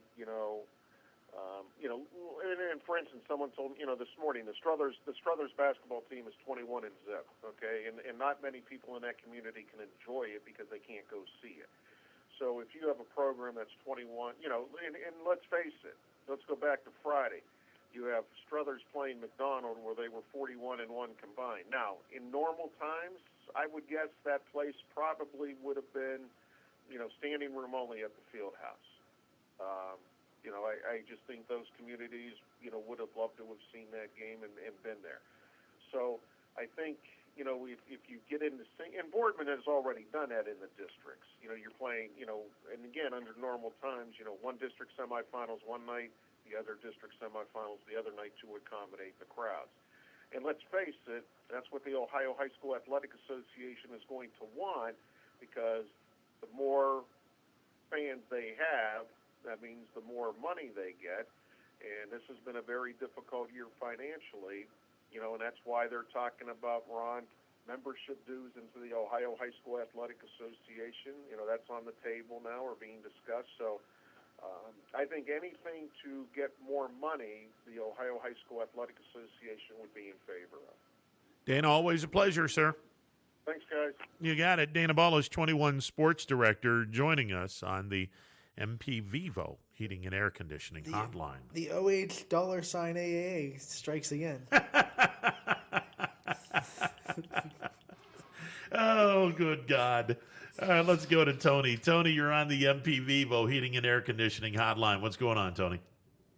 Hey, nothing. Hey, real quick, as you mentioned Roops, don't forget about Maplewood also. Yeah, absolutely. We made mention Maplewood has had a ridiculous run as well. And that's where this whole lineage started. So I don't know what Roops are left. I know the kids are coaching now, so I assume they'll take over. And that I wouldn't worry about the McDonald program because, and excuse me, I'm going to stereotype. The Greek woman who's the track coach will step up too. She's amazing. She took over. I think her father was a coach there, and I think her husband's a coach there. So they're well positioned. No, there's no doubt. The McDonald's track program and cross-country program is amazing. Yeah, it is. They're on a good run. I see what you did. I missed it. I said they're on a good run. They had a good run. They're on a good run. I was going to say, don't worry, they'll be able to hold their position as a top program. Oh boy. Okay. All right. But I let it go today. So. All right. Hey, AFC champions, you're not. Deal with it. Oh wow. Okay. That's all I have to say. We always beat up professional athletes, or a lot of times we beat up professional athletes about free agency, and I've got to give J.J. Watts, and I also want to talk about Trevor Bauer, but J.J. Watts credit for the way he's having fun with free agency. Well, listen, I don't have a problem with guys that are free agents. I mean, they're Especially going after when the their team money. cuts them themselves. Yeah, exactly. I mean, Houston cut J.J. Watt. As far as I'm concerned, if he goes out and gets his, that's now. Obviously, as a person who would love to see him in a Bills uniform, that would be nice. But he also has to understand Buffalo doesn't have the money because they're not salary cap rich like some of the other teams. I'm pointing at the Browns. Where they have a little more resources that they can give JJ. But I think that Watt understands he is far enough along in his NFL career that he can still help a team win a championship, and the ring has to be a little bit more important than money is right now. No, I agree with that. Did you see the hints that he keeps throwing out, or potential hits, or just playing games? Did you see the picture of his wife? He's having a blast Did you see with the picture this. of his wife in her wedding dress sitting there eating wings? Yeah, he's having a blast with this. I mean, it's and everyone's eating it up. I mean, it's a good time. He's having a lot of fun with this. Great, but like a lot of these guys, it may end up being Green Bay, and I don't know how they're going to be able to work him under the. But his wife is a professional soccer player, and she's in Chicago. And, that's a 3 hours or so, maybe less than that between the two cities. So, they live in Milwaukee, maybe. I don't know. But, we can't forget about them. So I would love to see him in Buffalo just because he's so damn funny. And he's a great player and a great clubhouse leader. I'd love to see him. Love to see him in Buffalo. If he winds up in Green Bay, great. He'd be back home. If he winds up in Cleveland, he on one side, Myles Garrett on the other side. Holy crap, that's good. So we're just. Well, let's not forget it was only 2 years ago. We're going to forget about him being in Pittsburgh. He's not going to play for. He's not going to play for his brothers. He's already said it. It's been just over a year. We talked about him being an old man, but it was just over a year that, in my opinion, he was the biggest impact for Texas in beating Buffalo in their playoff game. Well, Deshaun Watson he came off of the DL to make that happen. Yeah, but Deshaun Watson may have had a couple of more interesting. Yeah, but then Deshaun Watson's heroics at the end of the game don't matter if Buffalo puts a few more points up earlier. So. He had gotten in Josh Allen's head. So Josh Allen got himself into his own head that game too. But I agree. He was a kid. He let the competitive juices flow a little bit. But and as for Trevor Bauer, again, these guys going home. Let's not underestimate what that means to some of these people. Trevor Bauer is a Los Angeles boy. J.J. Watt's a Green Bay boy. A Wisconsin boy. I like the way Trevor Bauer handled free agency. There was a time where he refused to sign anything but 1-year contracts. Yeah. But I think he's grown up a little bit, and grab the money while you can. 3 years, Well, he can be out after 1 or 2 years though. So I mean. He can buy out after 1 or 2 years? He can opt out after, I believe, 2 years. He can opt out of that contract and go somewhere else.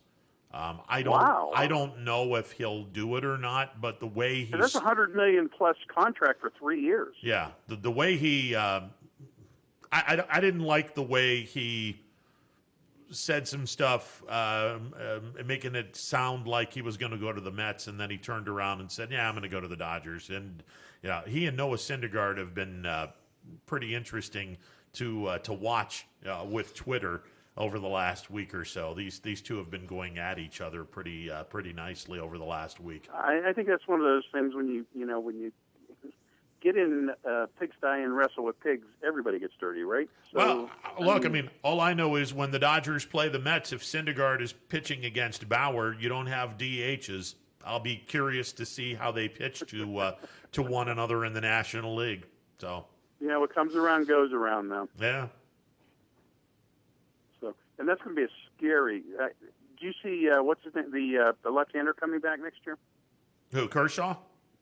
Yeah. Yeah, I hope Kershaw comes back with the Dodgers next year. It would be weird. How does anybody beat them with that pitching staff? Well, I mean, again, I don't know if Bauer is going to if he's going to do better than what he did last year with his Cy Young Award-winning performance.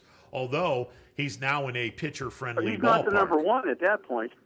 Well, he's definitely in a pitcher-friendly ballpark. So I think that he'll have a solid year this year. And the Dodgers are definitely going to be the heavy favorite. Although I think San Diego is doing a pretty nice job of stocking some bodies, and they may give Los Angeles a bit of a run in the National League. I'm done buying the San Diego. Every year it feels like San Diego makes big moves in free agency and then does nothing with them. So I'm not buying what San Diego's doing until they actually do it. All right. Sorry. That's fair enough. They've tricked me enough. But you say they make big moves. Do they keep making big moves going younger and eventually? I feel like off season they're always signing big signs every off season, and then they don't really do anything with them. I get it. And last year they did a pretty nice job in the offseason. Then they got Clevenger in the middle of the year. Now, unfortunately for them, Clevenger blew his elbow out, and he's out for the entire 2021 season because he's going to have Tommy John surgery. I think he already had it, so yeah, it sucks for them, but doesn't suck for the Indians. They got a pretty nice return for Clevenger. They're strolling right through like, we dodged that bullet so bad. Yeah, well, it is what it is. Who was the signing for? Excuse me, I don't follow them that closely, but who was the signing for San Diego 2-3 years ago that was that off the charts deal? Who was that? Well, they had Kemp, and then they the power hitter from and the name is now escaping me. You got to give me more than that. Hauser. Hosmer? No, not him either. Well, not him either. They signed him for a lot from Kansas City. All right. I'm lost on that. But I feel like in the same year, Will Myers. Right. No, same year that they got Hosmer, they got someone else real big too. That's one of the years where they made a lot of moves. Yeah, Will Myers they got, and then they got Machado, and they got a couple of other guys. Machado. How's he producing out there? Yeah, he's all right. I mean, he's doing pretty well. They got the best shortstop in baseball, hands down. Send home the jury right now. So it's I mean, the kids are starting to grow up. The minor league system is starting to graduate that ridiculous farm system of theirs, and they'll be heard from this year. I'm with Anthony. I'm tired of hearing about their potential. I want to see it, but there's an awful lot of potential in San Diego. UPS drivers. What's the saying? Cemeteries are full of people with potential who had potential. Yeah, exactly. They see nothing but untapped potential. Okay, guys. I just wanted to call and say let's give credit to the Maplewood program also. Let's not forget about them. Yeah, absolutely. Dana absolutely said it. So. Yeah, they're right up there with. You think Dana actually said that? Yeah, Dana did bring up. I missed it. I didn't catch that. You kind of like Stephon Diggs missed a lot of. Oh wow! Since we're okay, he started it. You guys really need to get back into your corners and be done with this. The game has long been over. I never want to start. No, it's a long time. I never want to start. Much like your DBs, you never wanted to start anything. I don't want to start fights. I just if he's gonna come at me every time he calls. I mean. All right. Hey, Anthony, if I'm not coming at you, then I don't love you anymore. Trust me. Right. I'll see you guys later. All right, Tony. See ya. 330-886-0813, the MP Vivo Heating and Air Conditioning hotline open for business. All right, we're going to take a timeout because I want to circle back to the one neutral sites for the tournaments because I have a. We'll talk after the break. Yeah. definitely. All right, it's a Monday edition of Running Point. Stick around, more to come. Baird Brothers remains your source for fine hardwood products. For the time being, we're open for customer pickup only on weekdays, 9 a.m. to 4 p.m., and Saturday from 9 a.m. till noon. Place your order online at BairdBrothers.com. Baird Brothers, for the place you love. Quality, customer service, and integrity. Those are the 4 words that have driven our success since 1957 at Joe Dickey Electric. Joe Dickey Electric is one Mahoning Valley landmark business that stays current with the requirements of our customers. Family owned and managed, we are an electrical contractor and energy solutions provider. Every member of our team adds to his or her skill set through ongoing training. Residential, commercial, industrial, automotive, and more. We keep ahead of the needs of our customers with a fleet of more than 50 vehicles and 24/7 emergency service, so you're never left in the dark. The 4M Company, being an architect and construction manager for over 40 years, has had the opportunity to use many different electrical businesses for our projects. The depth, quality, and knowledge and attention to detail displayed by Dickey Electric makes them stand out above all the rest. For state-of-the-art expertise and a timeless commitment to our customers, contact Joe Dickey Electric. We are everything electrical. I went to Greenwood Chevrolet because I was really interested in looking at the tracks. Because I wanted my dream truck. Because I've been going there for 20 years. I think whenever we go there, whatever car we're looking for, they have tremendous inventory. If you're looking for people who care about you, Greenwood is a place to go. You know, it's like family there. The girls know me in service. It's Miss Kim in the Tahoe. I'm really happy that I went to Greenwood Chevrolet. Because they really went the extra mile for me. Now we're going the extra mile for you, only at Greenwood Chevrolet. Local teams are heating up the hardwoods, and you can keep up with all the action on and off the court with Five Guys Hoop News all season long on 21 Sports. When looking for home design inspiration, don't just be inspired, be Baird inspired. Whether new or remodeling, Baird Brothers has the latest trends like shiplap to refresh your home. Go from inspiration to installation with our wide selection of in-stock American hardwoods. From the rustic charm of antique oak to the warmth of traditional cherry, Baird Brothers has what you need to make your home inspiring. Baird Brothers, our family's heritage, your family's home. Welcome back to a Monday edition of Running Points presented by Greenwood Chevrolet on Mahoning Avenue in Austintown. Ron Potesta with you alongside Anthony Hartwig. 330-886-0813, the MP Vivo Heating and Air Conditioning Hotline open for business. Okay, so this is what I would do. And I made mention of this on Friday, and we'll talk a little bit about this.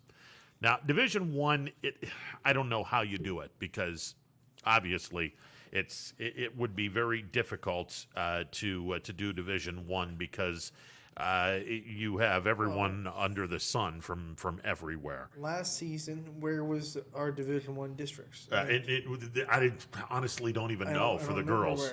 I don't even know where the girls was. Because Canfield played Warren Harding. Yes. Yeah, so I don't remember where that game was. I have no idea. But so District 1 and District 2 would be in one centralized location.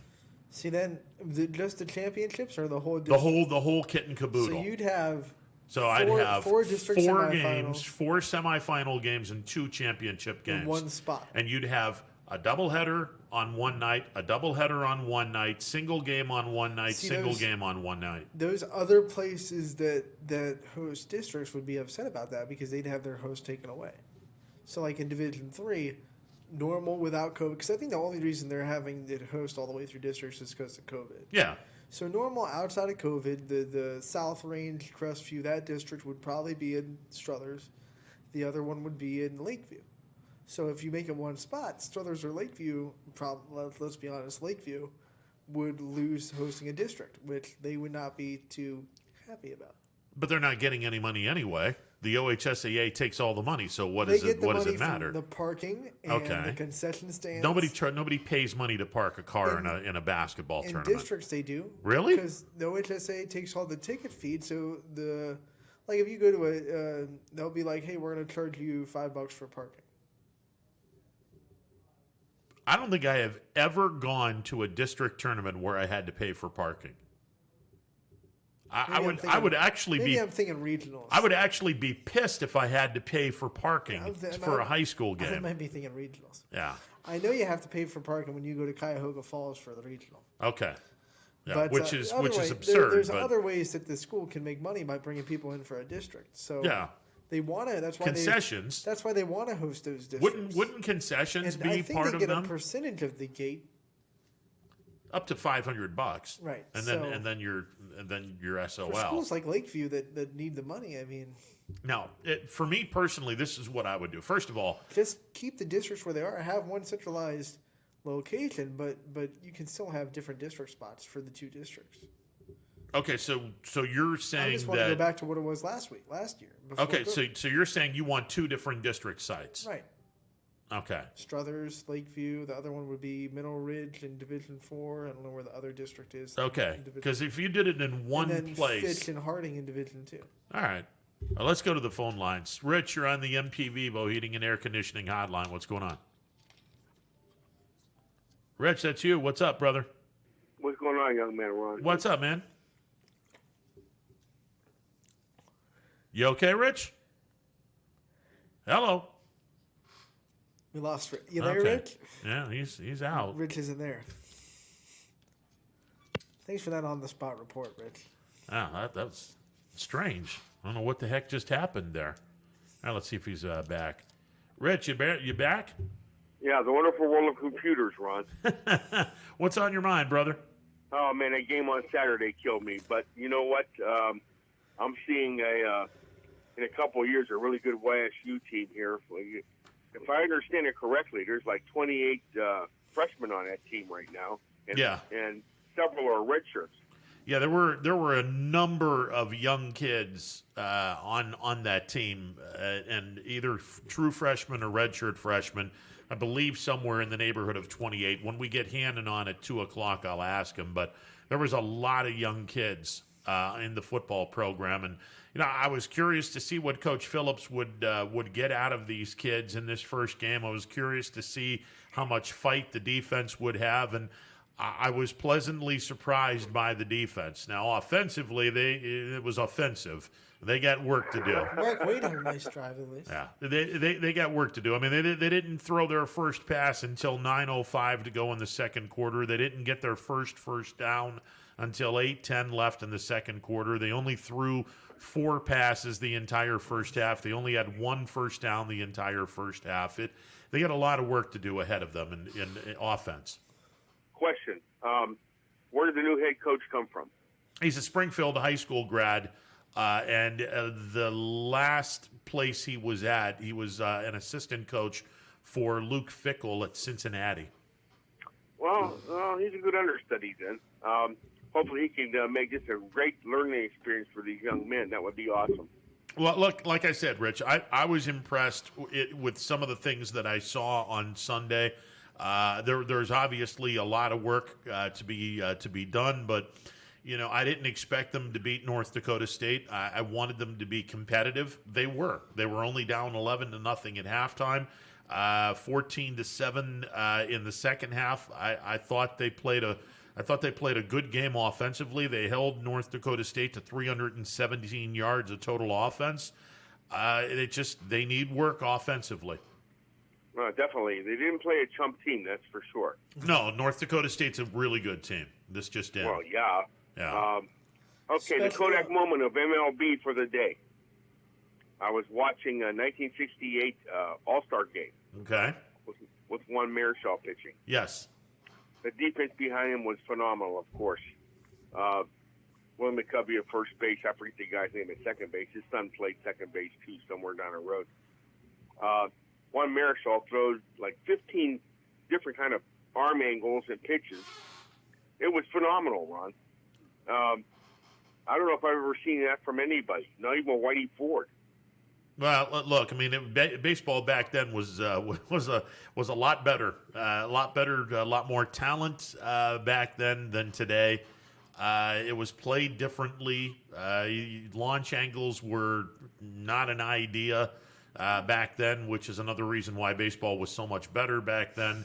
You didn't have any of this bullshit that you Curmudgeon. have now. Curmudgeon No, Ron. it's not curmudgeon. It's I just know, a fact. You sound It's- like a curmudgeon. But I might It sound was like way one, but better, it's but- actual fact. I mean, the It's an game is opinion. garbage today. It's an opinion. Because everyone's You know, like, well, you have to have a launch angle and you have to throw the ball at a certain speed. It's not an empirical fact. It's an opinion. No, it's a fact. The game was played a Yeah. lot better than it is now. In your opinion, it's All right.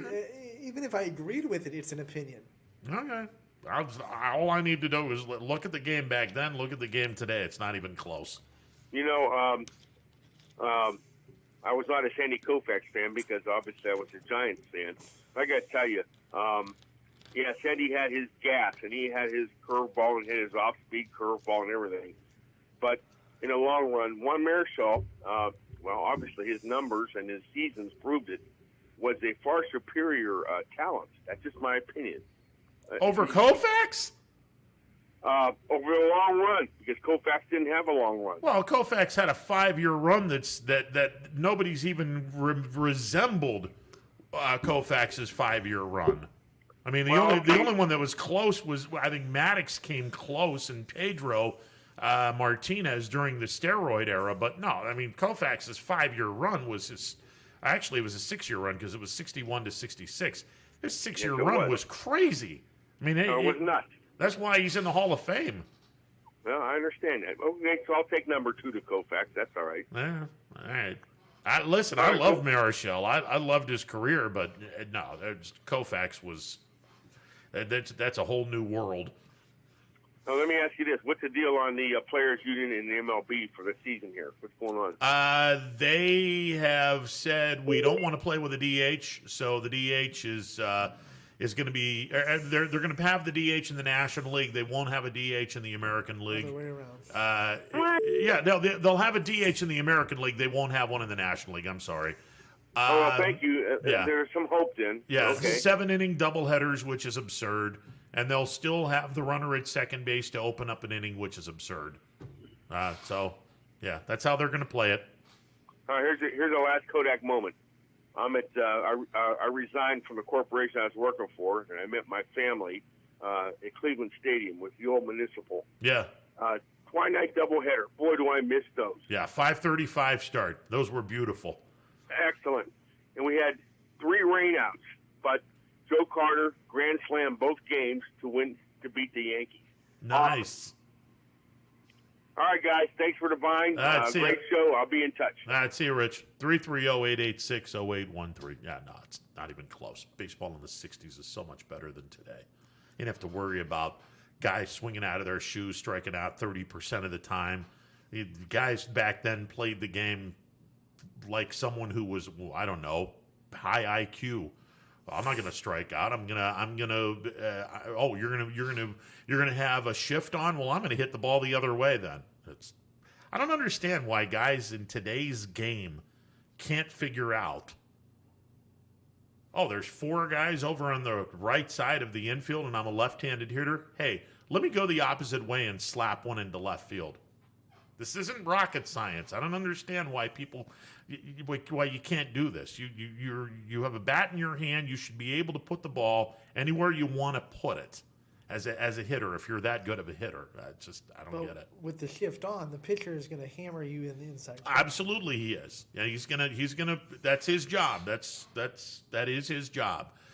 You can also bunt one up the third base line and walk to first base. If it's in on your hands, you're going to bunt it up the third base line? You can do that. Bunting is a lost art. Well, that is a lost art. So is stolen bases.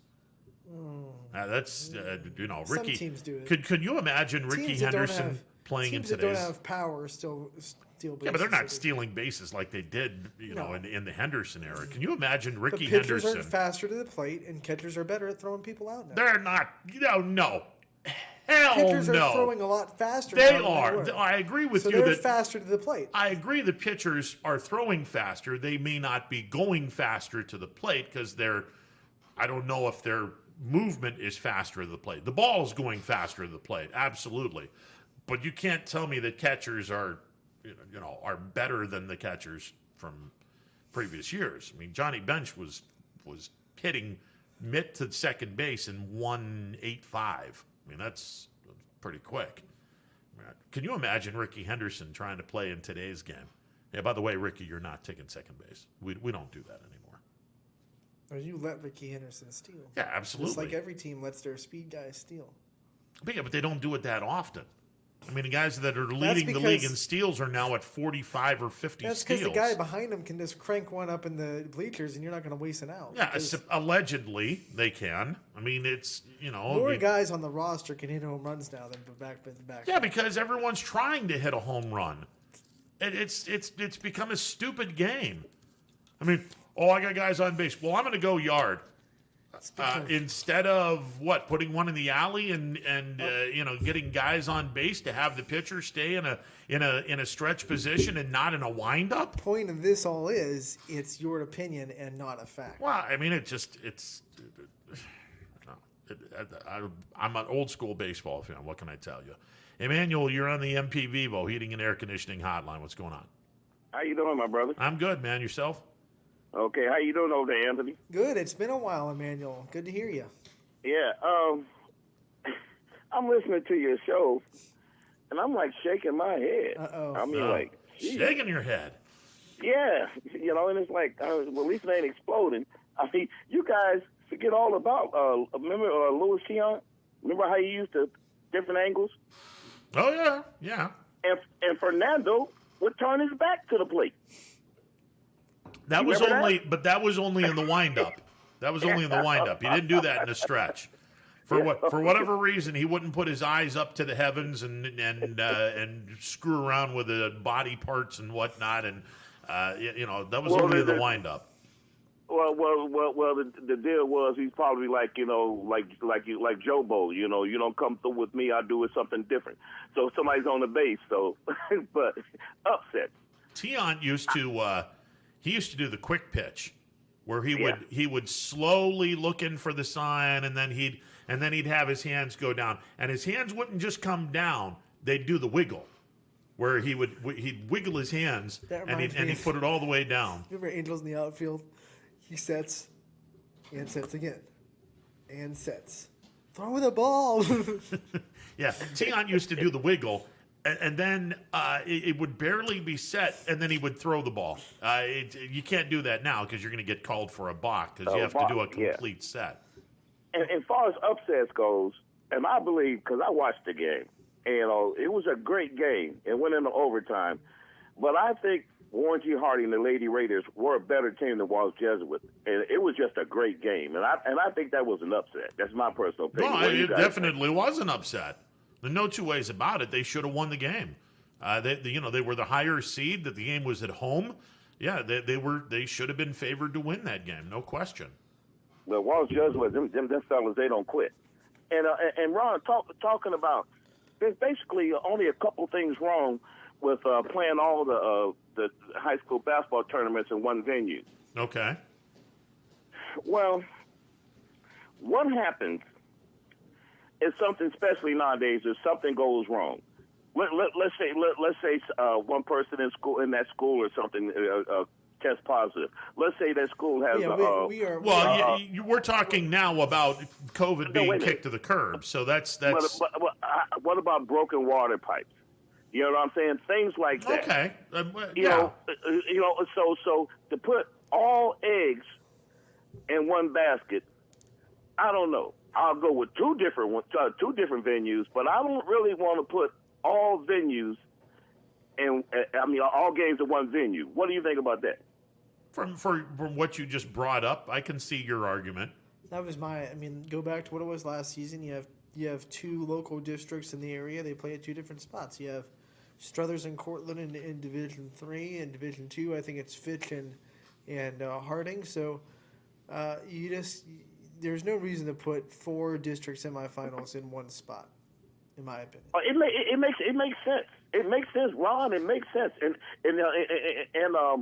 I guess in a world where nothing goes wrong, you understand? Like I'm saying, or teachers on strike, or busted pipes, or the power goes out. You got to have a backup. Ron and me are still living in the times back when you could see the whole tournament in one spot. Oh my God, it was so much better.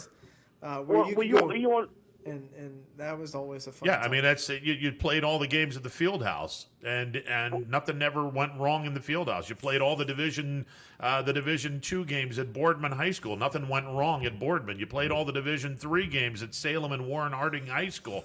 Nothing ever went wrong in those venues. Okay, well, the bottom line is this: like the old field house. The field house, I understand that they played high school basketball there, but man, they had carnivals come in there, circuses. It was a field house, so it was constantly being upgraded and ready to put something on every week of the year. Now, you have high schools. You got a lot of high schools closed. You're building a newer high school, and you know it's not as fluid as it used to be. We were lucky to have the Struthers Fieldhouse the way it was, but I don't think you could have all the games there now because it's not in as much pristine condition as it used to be. You'd still be able to do it without a problem. So? And you'd still be able to do it in Salem, Boardman, all these other places without a problem. I mean, I understand where you're coming from with an act of God, Mother Nature, whatever. I understand the argument, and there's some validity to the argument where you'd have to have a backup plan. But I think if you put it in one spot, it would be okay. If you put it in two spots, I'm good with that too. I mean, I'm good with that. And here's the last thing that everybody, and Ron, you've heard it sitting in the stands or doing games there at the field house. Someone's always complaining, well, they only had to go 12 miles and we had to go 30. Oh, good Lord. Get over it. Yeah.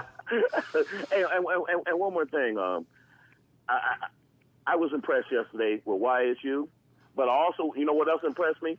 I like that last win with YSU's baseball team before they left out of there. They kicked them in the butt before they left, and I appreciated that. Yeah, they needed to salvage one of those 4 games. That was a tough weekend in Troy. Woo, man, that was tough. You looked at Troy's. The Penguins are going to have to play some really good baseball this weekend. But the point is, when you get into Horizon League play, this is absolutely going to help this team. There's no two ways about it. I don't think anyone in the Horizon League is going to throw pitches like they'll see at LSU today. Yeah, exactly. All right, the last thing. Trust go ahead. me, last thing, trust me. Sit the boys down and let them eat some red beans and rice, and they'll be okay, my brother. Take it easy, man. Man, see it. That's a little preview of what they'll probably be eating next weekend. Get a little gumbo in them as well. Yeah, get some gumbo in there. That's always good. Cajun food. Got to get the Cajun food. Oh my Lord, the Cajun food is good. If people are a fan of Cane's that opened up, I think last year in Boardman. Yeah. The original Cane's Chicken Fingers is in downtown Baton Rouge. Yes, it is. So. Their sauce is. I'll tell you, I love their chicken. I'm not a fan of their fries, so I usually go to Cane's and get like 3 or 4 chicken strips, and then go somewhere else for fries. Because their fries are just those like the freezer fries that are like not waffled. They're what's the word? Accordion. Well, I mean, look. I mean, if we're gonna do this, we're gonna go to Cane's, get the kitchen, get the chicken, and then I'm gonna go to McDonald's and get the fries. I like McDonald's fries. Yeah. I saw on social media, rank the fries. I don't know how we're getting here, but we're going down this road. Let's just do it. Look. I mean, we got Hannon coming up in a little bit. We're already here. Let's go down it. I like McDonald's. I like Wendy's. Love curly fries from Arby's. From Arby's, all right. Underrated. I think a lot of people don't agree with me on this, but I really like Burger King's fries because they're better than Wendy's. They're thick. Yeah. So you're they're not like little. That's why I think they're sometimes better than McDonald's. It depends what. Oh hell no! Sometimes McDonald's are thin, and I want my fries thick. Yeah. You know what fries are my favorite? Those steak fries that you get at like a steakhouse that are like this big. Yeah. See, Steak and Shake fries are very underrated, even though they're thin. I want those. I don't want those like thin. Break off fries if they're done a little bit too much. Yeah. I like Dairy Queen's fries too, and they're all right. I like their rings better. And their chicken baskets. Yeah, I like their onion rings better. But Sonic tater tots. And they're technically fries. Tater tots, I'd go for those over any of the fries. So Sonic is trash. Sonic tater tots. Sonic is trash. I just said Go that. to break. Go to break right now. I just said that. Stuff is going down. Go to break. It's trash. I just said that. 330-886-0813. When we come back to break, I'm going to be in Ron's chair. And Bob Hannon is coming up next. He'll solve the fry war we're about to have. We'll talk some YSU with the voice of the Penguins, Bob Hannon, coming up next. Earrings Stick are around. coming off, man. Hello, I'm Greg Burbick with G. Burbick Farms. For the last 100 years, my family has farmed in the Columbiana and Mahoning counties. I began raising cattle in 1996 with the goal of providing a better product for you and your family on the dinner table. Our grass-fed and grain-supplemented Black Angus beef are raised with no hormones, steroids, or antibiotics. We're known for our hometown-friendly service and incredible tasting products. We're locally owned and have customers across the tri-state area. Our products go from our farm to your family. Stop by our farm on New Buffalo Road or visit us on the web at gburbickfarms.com. Don't forget to like us on Facebook. G. Burbick Farms, it just tastes better.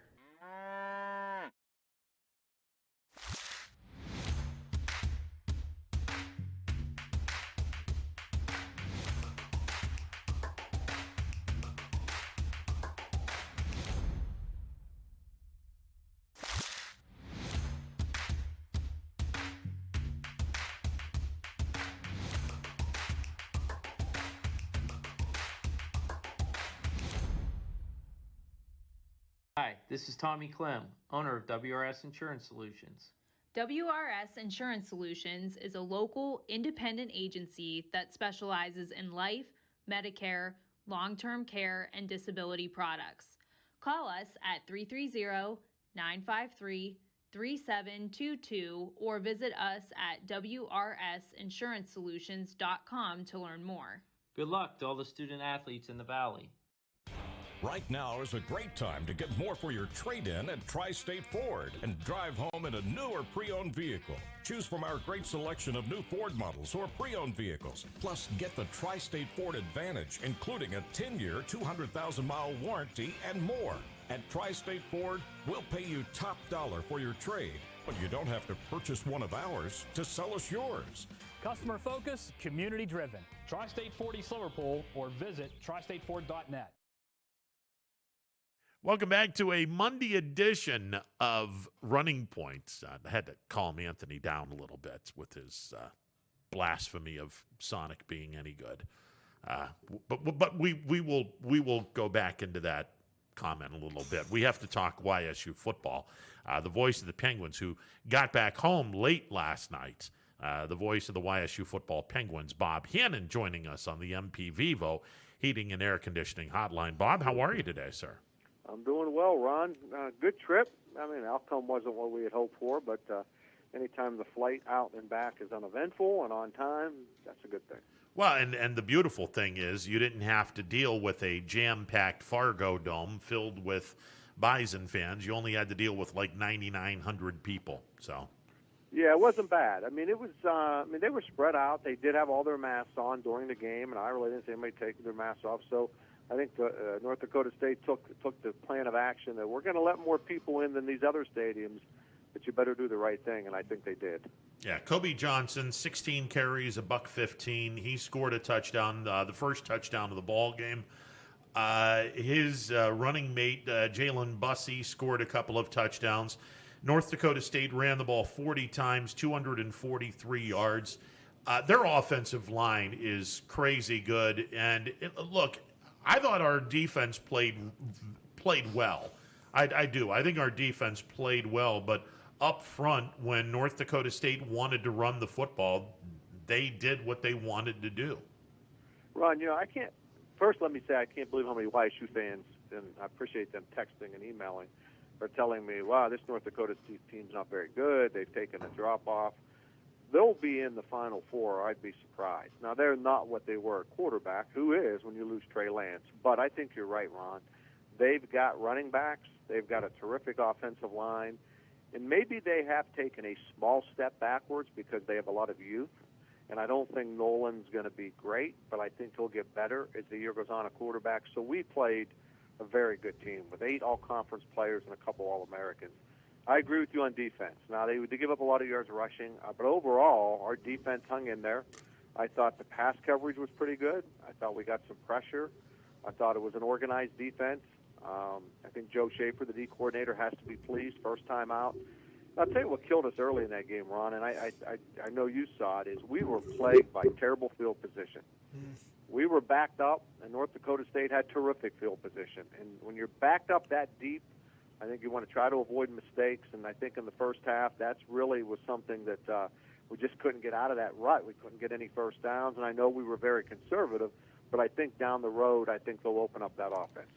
And you had to think that North Dakota State game plan coming in with a new quarterback making his first start as a Bison, probably going to run the ball a lot with their offensive line and their skill at running back. So I'm not surprised 40 carries, over 200 yards. I feel like that was probably absolutely a part of their game plan coming in because they didn't want to put a lot of pressure on the new quarterback in his first start.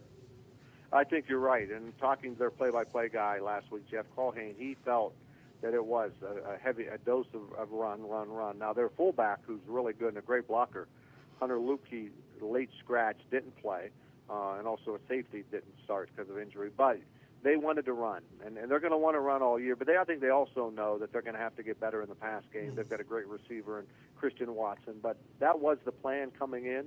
Run it, get out of here with a win, and just try to get better every week and build towards the postseason. You know, as a lot of people sit back and moan and groan about the first 4 games of the schedule, I'm good with playing North Dakota State first. And the reason why is they're only going to get better. This team, listen, I'm laughing, literally laughing at everybody who thinks North Dakota State isn't going to be in the national championship game this year. This was their mulligan. They're going to be a solid football team. This was the only time where someone was going to give them an opportunity to lose a game. And Youngstown State had the first. They drew the first dibs on North Dakota State. This will be the worst game North Dakota State plays the rest of the year. They're going to roll, and they'll beat everyone in the division, and they'll go to the national championship game. This was their mulligan game. This was the game where if you're going to beat North Dakota State, it's going to have to be early. Otherwise, you're not going to beat North Dakota State. I truly believe this team, this was their mulligan, and they're going to play lights-out football the rest of the year. Yeah, I think I would agree, Ron. I think they'll get better, and I do think by the end of the year you're going to look and go, wow, man, that's a lot better team than we saw in week 1. And they are going to improve, especially with a starting quarterback. I think South Dakota State is the team that's closed the gap the most. I think they are the one, if anybody's going to dethrone them, and I'm not sure they will, it would be South Dakota State. They've got an All-American running back, Pierre Strong, and they've returned 9 starters on defense, and they've already won at Northern Iowa.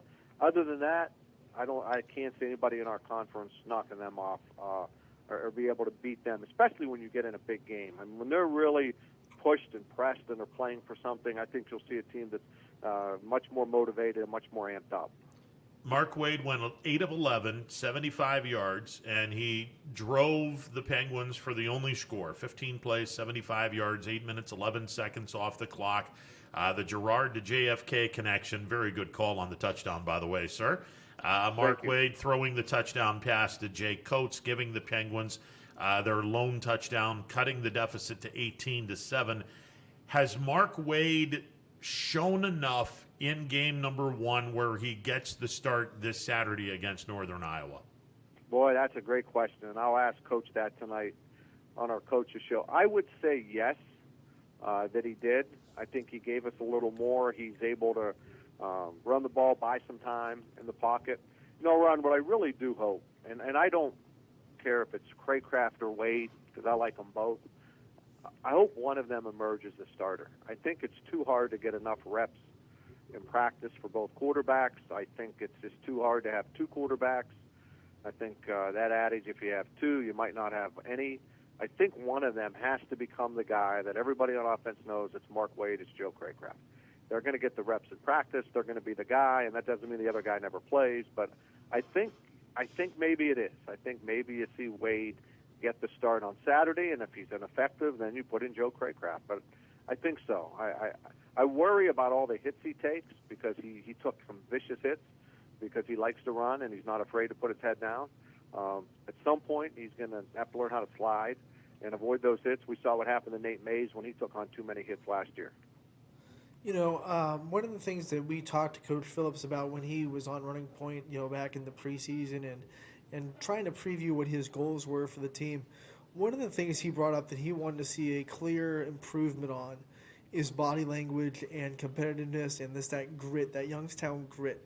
When you were watching this team on Sunday, what did you take away from their body language, their competitiveness, and their just willing to fight no matter what the score was?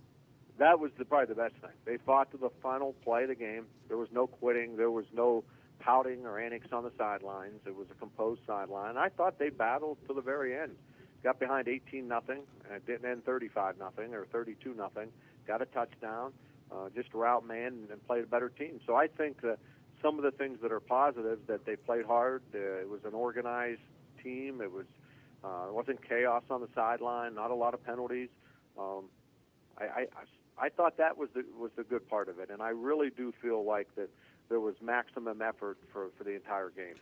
You know, I made the comment in the postgame in the fifth quarter show that there's a stark difference between Doug Phillips and Bo Pelini, and it's not a bad thing. You know, Coach Pelini, he's old school. He gets his point across by yelling at kids. He gets his point across by being intense and being a guy that you see the fire and brimstone from Coach Pelini. Now, the downside in this is if you're not used to that, you don't really play all out. Not saying that it's not 100%. What I'm saying by all out is you're playing on eggshells because you don't want to have this coach get angry at you. So you're trying to figure out, okay, I don't want him pissed at me, but I don't know what I have to do to make sure that he's not yelling at me. Where Phillips is very calm, very composed. Oh, he'll get his point across when need be, but he doesn't have the animation and he doesn't have that old school type of mentality. And I think that in today's landscape, kids are going to probably be playing at a better level when you have someone that doesn't go old school. I think you said it well, Ron. I think that Coach Phillips' demeanor is the right coach at the right time for YSU. I think at times, listen, when Bo Pelini was at Ohio State, he, was in his playbook every night, and that's all he focused on. Well, kids today have a lot of other options, and I don't know if they're that committed and that old school all the time. So I think Coach Phillips is trying to unify a program, be calm, be collected, understand what it means to, have a kid in 2021 compared to maybe 2001 or 1991. So I do think he's the right guy to lead the program and has that, calmness about him. Energy, but calm. And I think he gives us a chance moving forward. So I think you're right. I think there's a major contrast, not saying there's not a place for Bo Pelini in college football or whatever he decides to do, but it's tough now. I think kids will tune you out a lot quicker. Well, the other thing, and Coach Phillips flat out said this on the show, I'm going to weed out the people that don't care to be a part of this football team, and they're just lying. They're just there on scholarship, but they're not willing to work. I'm going to weed those people out. I was like, okay, that's what we want.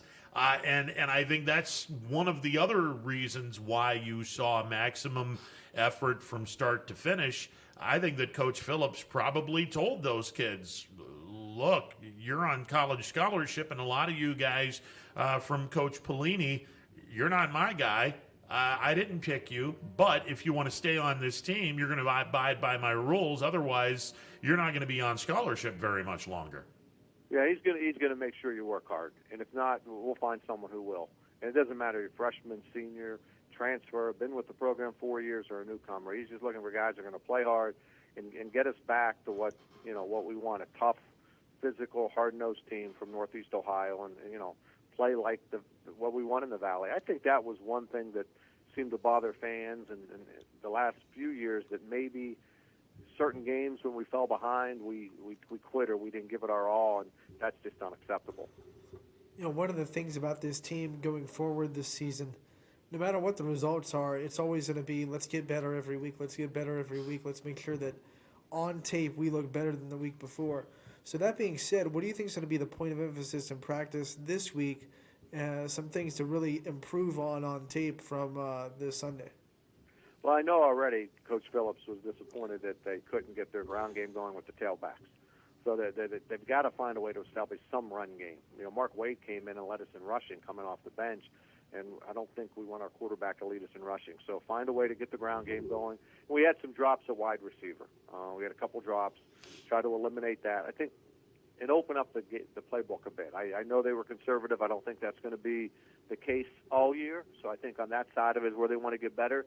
Defensively, probably tighten up, against the run. I don't think Northern Iowa has the offensive line that North Dakota State does. Now they have probably a more polished quarterback, so I think the pass game is going to be more of a concern. But I think it's mostly offense. I think they were happy with special teams overall, holding North Dakota State to 25 points. But I just think to be more, I think we were 4 of 14 on third down. So third down and able to run the football with our tailbacks better, I think will be a focus this week. The one plus that I told everyone on the fifth quarter show, look, you've just taken on the best team in America, and you lost to them by 18 points with an inexperienced offensive line, and you're going up against a dominant, not just MVFC dominant, but an FCS dominant offensive line. Our defensive line actually held their own against the best offensive line, not only in the Missouri Valley Football Conference, the best offensive line in all of FCS football. So you have played the absolute best on the offensive side of the ball and the defensive side of the ball on both lines, and came out of it losing to North Dakota State by 18. I'm excited as hell because you're not going to see a defensive line better than North Dakota State's, and you're not going to see an offensive line better than North Dakota State's. So if I'm the offensive line for Youngstown State, I just went up against the absolute best, and I go up against one of the best in our league on a daily basis in practice. I'm only going to get better. So I'm really excited to see where this offensive line goes since they've already taken on the best. Let's see what they do now for the rest of the year. They got baptism by fire yesterday in a big, big way. Yeah, there will be improvement, Ron, and I think we talked about if can get some wins on the back end and build some momentum and get better as the year goes on, but you aren't going to face any better. I mean, you were tossed right into it. As good as Northern Iowa may be or South Dakota State, you're not going to face better fronts, offensive line, defensive line. So those guys have to feel like, especially on the defensive side, we can play. Now Coach Phillips played, I think, 9 defensive linemen, some freshmen, redshirt freshmen. There was some depth, so they did play a lot of people up front. And I think he feels he can rotate some guys in and out and be healthy and be fresh. Okay, Northern Iowa on Saturday, they were at home. A lot of folks in Northern Iowa said this is our best team, that we are going to be heard from, and they laid a gigantic egg against South Dakota State at Northern Iowa. This team is going to be upset, and they're going to be angry, and they're coming to Stambaugh on Saturday in pretty much a must-win situation, given the fact there's only 16 teams that are going to be going to the college football playoffs for FCS. This is pretty much a must-win for Northern Iowa for them to have any realistic hope of getting into the postseason, unless they run the table. And, oh, by the way, they still got to play North Dakota State, so they're not running the table. I mean, this is pretty much a must-win situation, Bob. No, they have to win, Ron. They need this game, especially with 16 teams in the playoffs, unlike other years where there's 24. Our conference will probably get max 3, maybe only 2 teams in the playoffs, so they have to win this game. And they were pointing to this year. They think they're loaded on both sides. They've got the preseason all-conference quarterback. You know, when I look at the stats of that loss to South Dakota State, they were only able to rush for 28 yards and only had 193 yards in offense. And I think they believe that their offense is going to put up a lot of points. So we'll find out if that was just a bad night or maybe they're not as good as they think they are. But I agree with you. Northern Iowa, even though it's really early, has to look at this game. This is one we have to have if we're going to make the postseason. And now that we've thoroughly previewed, recapped, well, I want to bring you on the social media question of the day because it is the anniversary of the Miracle on Ice. What's the biggest upset you can remember seeing in the sports realm of world? Wow, that's a great question. I would say the biggest upset, and I don't know why I go to this, but if I give you two, and both college basketball, I would think the greatest upsets to me was when Villanova, might have been 1985, beat Georgetown in the NCAA championship. I think they shot like 80%. They had a guard named Jensen. Raleigh Massimino was the coach. Georgetown was loaded. I mean, Georgetown was stacked. Villanova beat them for the NCAA championship. Or 1983, when North Carolina State upset Houston, and Akeem Olajuwon and Clyde Drexler, that was Jim Valvano's team. So for whatever reason, when you ask that off randomly, I would think those two NCAA championships in basketball were mammoth upsets. I mean, there are others. I mean, I think of the 1983, I think it was 83, College Football National Championship when Bernie Kosar and Miami upset Nebraska. But I'll stick to those two college basketball finals. Yeah, and I watched them both in utter shock. Phi Slamma Jamma losing to Jimmy Valvano and I think they were the 7 seed that year. I think the same as Villanova. They were the 7 seed in their region, and they came out of nowhere and surprised the heck out of everybody. Back in 1990, UNLV was like the clear-cut best team in the tournament, and they got beat in that tournament as well. So that's a big upset in the NCAA. Yeah, I think they lost. I think you're right, Anthony. I think they lost to Duke in the semifinals, and I think Duke might have beat Kansas in the final. But you're right, that was a big upset when Duke upset UNLV because in that semifinal. That year, it was one of the only year. I mean, usually in the tournament, there's like 3 or 4 teams, maybe 2 or 3 that you think can really win a national championship. But that year, UNLV just looked so much better than everybody else, and I don't think anyone ever saw them losing in that tournament. There's a couple other. If we're going to go the NCAA basketball route, Purvis Ellison led Louisville. It was Purvis Ellison and a bunch of jabronis that led Louisville to a national championship, and Danny Manning and a bunch of average Joes at Kansas when Larry Brown was there, winning a national title. Right. Man, that was anytime you another say one. Kansas in college basketball, I just can't picture it as an upset. Well, yeah, I mean, they had 4 average guys and Danny Manning. It was crazy. It's hard to picture Kansas and the upset in college basketball in the same words. True. There are times. True. Well, I'd love to see an upset of magnanimous proportions on Saturday at Stambaugh. We talked a little bit about the 3,600, which is what the Ohio Department of Health has thrown down for the folks at Stambaugh. And I made mention of this a number of times. You're not going to be able to get these tickets day of the game. You got to go before the day of the game and get the tickets. Otherwise, you're not going into this game. Do you think basketball fans are a little bit upset that there's no one allowed in Bigley, but there's 3,600 allowed in the stadium? I know it's outdoors, indoors, and there's that big thing, but do you think some basketball fans are saying, man, couldn't you at least let like 300 people in Bigley and social distance? That's a Horizon thing. And I know. It's just one of those things that it's got to stir the basketball fans that really want to see those playoff games this weekend up a little bit. Yeah, and it's not just this weekend. All of the games, even when they go to the Farmers Coliseum in Indianapolis, you're not going to have fans. No, you're not going to have them. You're right, Ron.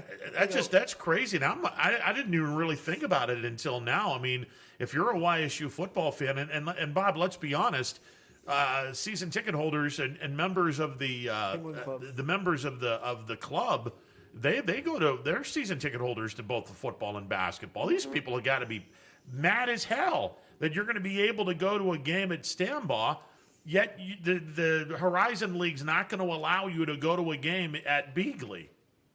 Yeah, it doesn't make sense if they don't let some fans. I get it's indoors, but please. Just remember, the Horizon League has been very, very conservative from the jump with COVID. They were one of the first conferences to close down the fall sports back in August. They've just been very, very extra cautious as a conference throughout this whole dilemma. So I kind of expected it when we were wondering what the Horizon League was going to do for basketball. I was like, they're going to play because it's money, but I don't think they're going to let a lot of fans into the stands. Well, 3,600 fans, and hopefully we get a bunch of them on Saturday. And it sucks that there's no tailgating. I know. Not that I'm mooching off of people for food. I mean, I do, but that's neither here nor there. I would never do that. I mean, it's neither here nor there. I mean, the good news, now the good news is, hang on a I second. know what to do. I just have Sonic, and you won't want my food. Well, Sonic sucks. The good news is I get to be in a warm broadcast booth to do the tailgate show. And then I have to, Saturday I may not freeze because it's going to be in the 40s. Yeah, it's going to rain though. 49 in rain. That's. But at least I'm not going to be freezing like in October and November. If you're wet in 49, that's pretty cold. I would rather. This doesn't sound crazy. I would rather like a sunny day in 30s than a wet day in 49. Because when you're wet, you just feel colder anyway, and you know it's going to be cold rain. You think Leslie would trade places with me at some point? God, no. No shot. None. I mean, it's worth a shot. It's I mean, he's going to say no, but it's worth an ask. It's worth an ask. That's good. Hey, Bob. Well, we'll look forward to seeing you on Saturday, Ron, and I appreciate it. It's good to catch up. Always a pleasure, sir. Look forward to seeing you on Saturday. All right, guys. See ya. Bob Hannon, the voice of the YSU football Penguins. Look, I didn't expect them to beat North Dakota State. That was a big time step up. But the fact that they stayed with them, they were only down 11-0 at halftime, 18-7 into the fourth quarter. I'm good with this. This is a good start, even though they lost the game. This is a good start. I can see where Coach Phillips and the coaching staff is going to build on this game, and it wouldn't surprise me if they pull off an upset. I don't know this week or next week because you get 2 back-to-back home games. Wouldn't surprise me if the Penguins get at least 1 win in these next 2 home games. I think it's all going to depend on how this Northern Iowa team handles the must-win, because some teams play with their butts on fire in must-win games, and other teams play a little bit too tight, and they make a little bit more mistakes because they know what's on the line. So how is Northern Iowa going to handle a must-win game against Youngstown State on the road? Yeah, and this is, I mean, look, this is the deal. If they open the door a little bit, Youngstown State showed me that they're good enough to bust the door open if a team opens it a little bit for them. So if Northern Iowa makes a few early mistakes because they know it's must-win, I think the Penguins are good enough to bust that door down. Yeah, and this is how really talented this conference is. Both Northern Iowa and South Dakota State were preseason top 5 teams. So it's not a massive upset that the Jackrabbits went into the Unidome and took care of business. But because the season is only 8 games in length, and because they're only taking 16 teams out of the entire FCS landscape into the postseason, the Missouri Valley Football Conference is not going to get more than 3 teams in this 16-team tournament. So if Northern Iowa were to lose this Saturday to the Penguins, Northern Iowa would have to go unbeaten the rest of the way. And here's a spoiler alert. They're not, because they got to play North Dakota State. They're losing to North Dakota State. Nobody's beating North Dakota State. That's just not going to happen. The only team that has a legitimate shot. On the day of one of the biggest upsets in sports history, Ron's going to say no one is ever going to beat North Dakota State. I'll say the only team that has a shot is South Dakota State. When you say that, I see like Lost in Space, like the robot saying, danger, danger, Will Robinson. South Dakota State's the only team that has a shot. Upsets happen when you least expect them. I get it. I get it. I get it. Never say never. Yeah, I'm just, in a normal world, nobody beats North Dakota State. Maybe South Dakota State, but that's it. When has the sports world ever been normal? Well, and for North Dakota State, it's been normal for 8 of the last 9 years, for God's sake. They've won a championship. Right. Ugh, God. Wouldn't you love to be a North Dakota State fan? It's so easy. Hey, we're going to win this year. Cool. Well, I mean, think about all Guys of ready the... for a championship? Yeah, cool. Think about all the dynasties that you've ever seen. I mean, the Patriots dynasty when Brady was in New England. 6 3 out of 4? 3 out of 4? Oh, okay. Let me show you 8 out of 9. Take your 3 out of 4 and go to the curb and go play in traffic. Then De La Salle High School in California says, let me show you 150 straight wins. Yeah, there you go. Period. Yeah. That's like, you're not beating us. Yeah. That's crazy. In high school football, that's... in a state as good as California. Right. Cal Poly's up there. Yeah. So 150 straight wins. Oof. Oof. Yeah. Or in college basketball, UCLA saying, yeah, nobody's going to beat us for 88 straight games. UConn one-upping them in the women. Yeah.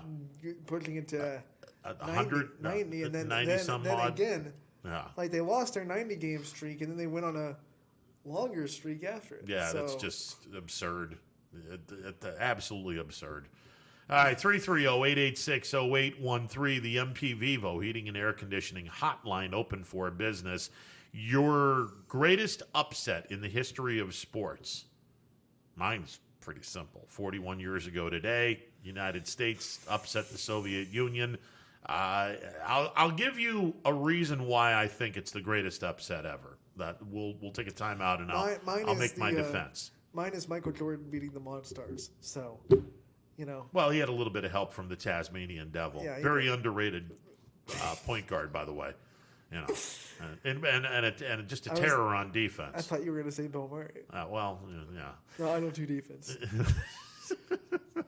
Take a time. I'll be back in a bit. Stick around. No matter what the weather, be prepared with a reliable, efficient Rude gas furnace or air conditioner from MP Vivo Heating and Air Conditioning. Call your energy efficient expert MP Vivo today for a free estimate.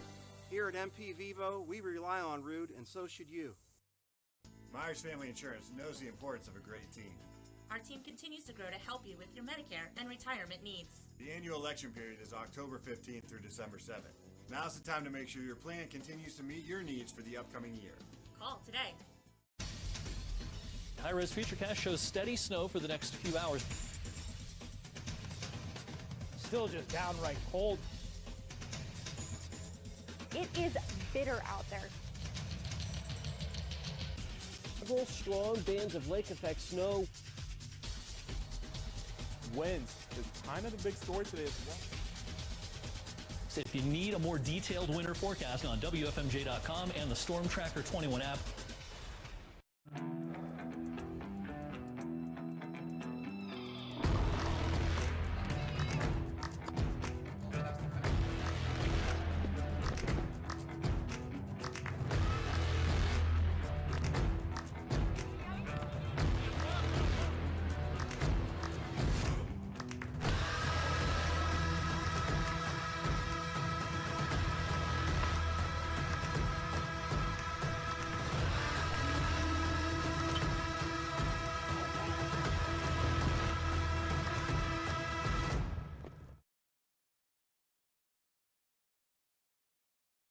I went to Greenwood Chevrolet because I was really interested in looking at the tracks. Because I wanted my dream truck. Because I've been going there for 20 years. I'm really happy that I went to Greenwood Chevrolet. Because they really went the extra mile for me. Now we're going the extra mile for you, only at Greenwood Chevrolet.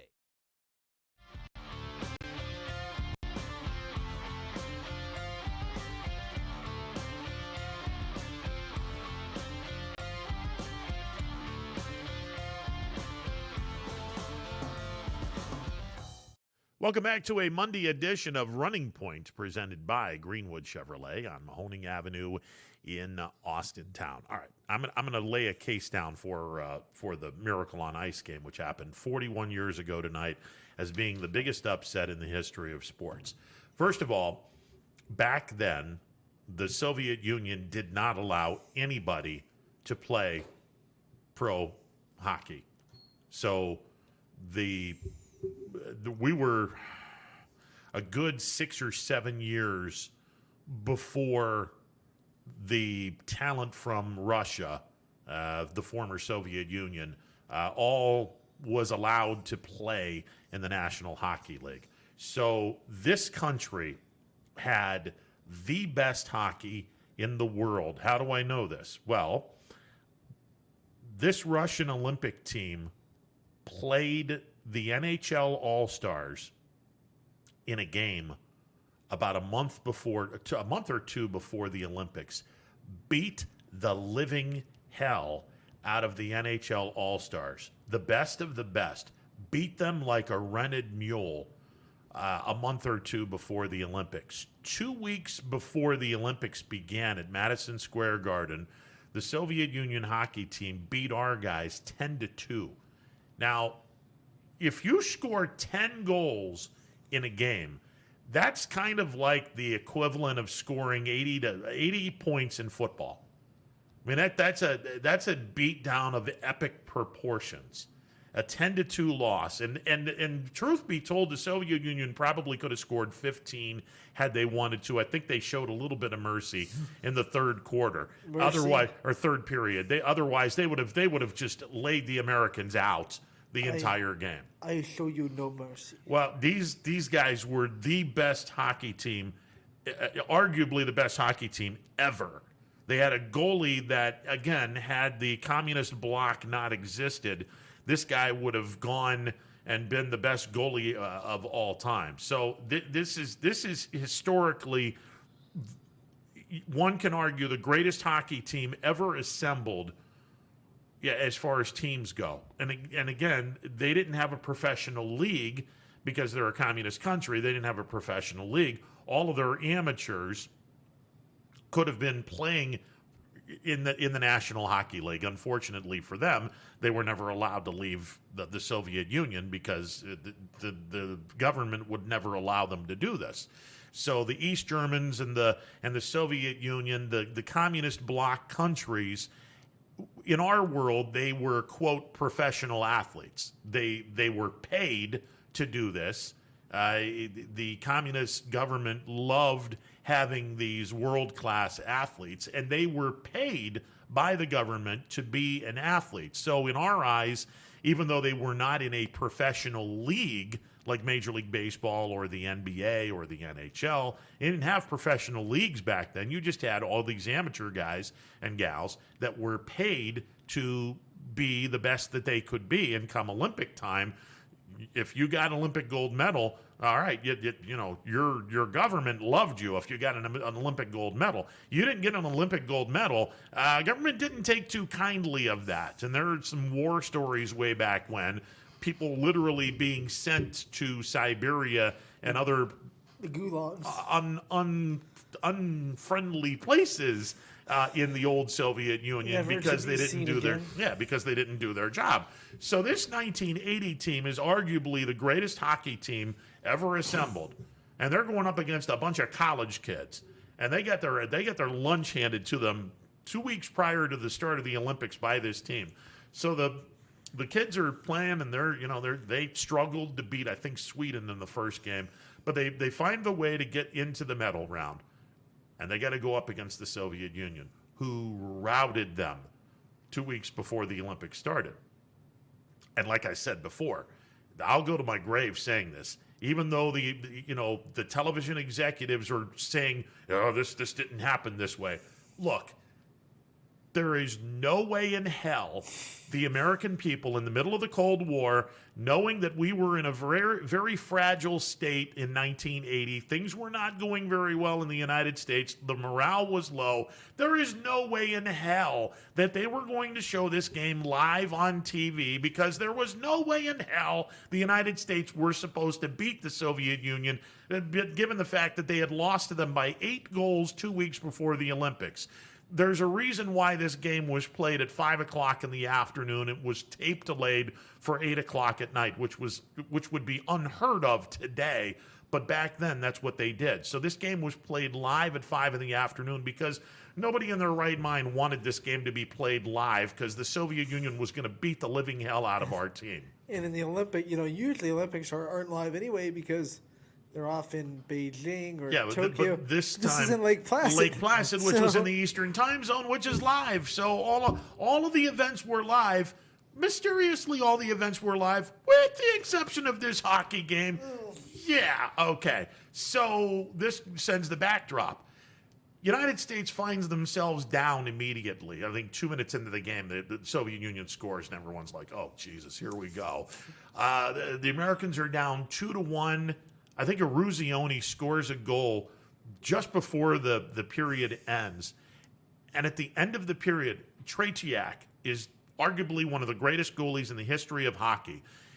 Like I said, had the Soviet Union allowed their people to leave the communist Russia to go into professional ranks and make millions upon millions of dollars, this guy would have been gone down as one of the greatest to ever play the game. I'm surprised there weren't any, because back in the Cold War, it was all about espionage. So I'm sure that there were I'm surprised there weren't some attempts to make their own hockey players quote unquote sleepers and put them into the NHL.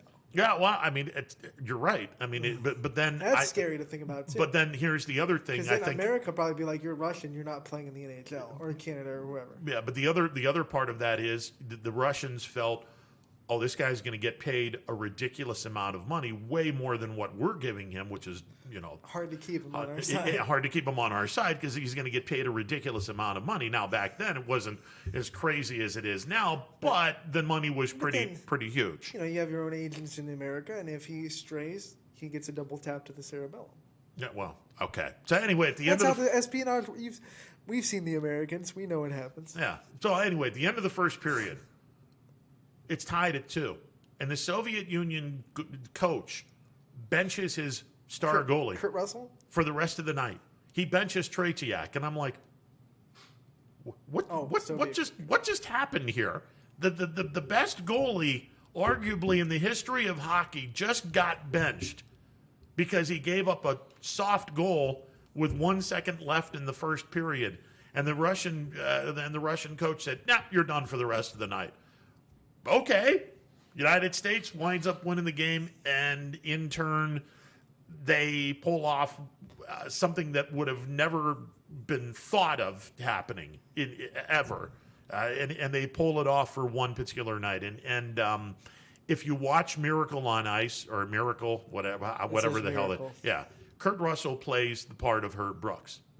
And apparently the pregame talk that Kurt Russell gave was as close to word for word what Herb Brooks said the pregame before the Russians. One of the best pregame talks in sports movie history. And from what I understand, as close to word or word for word as possible. The great thing is Jim Craig, Michael Ruzioni, and some of the other guys from the 1980 hockey team, they were very much part of, hey, this is what he did. This is all this other stuff. Now, the Sunday gold medal game against Finland, I can't use the word that Herb Brooks said, but they were down at the end of the second period to Finland.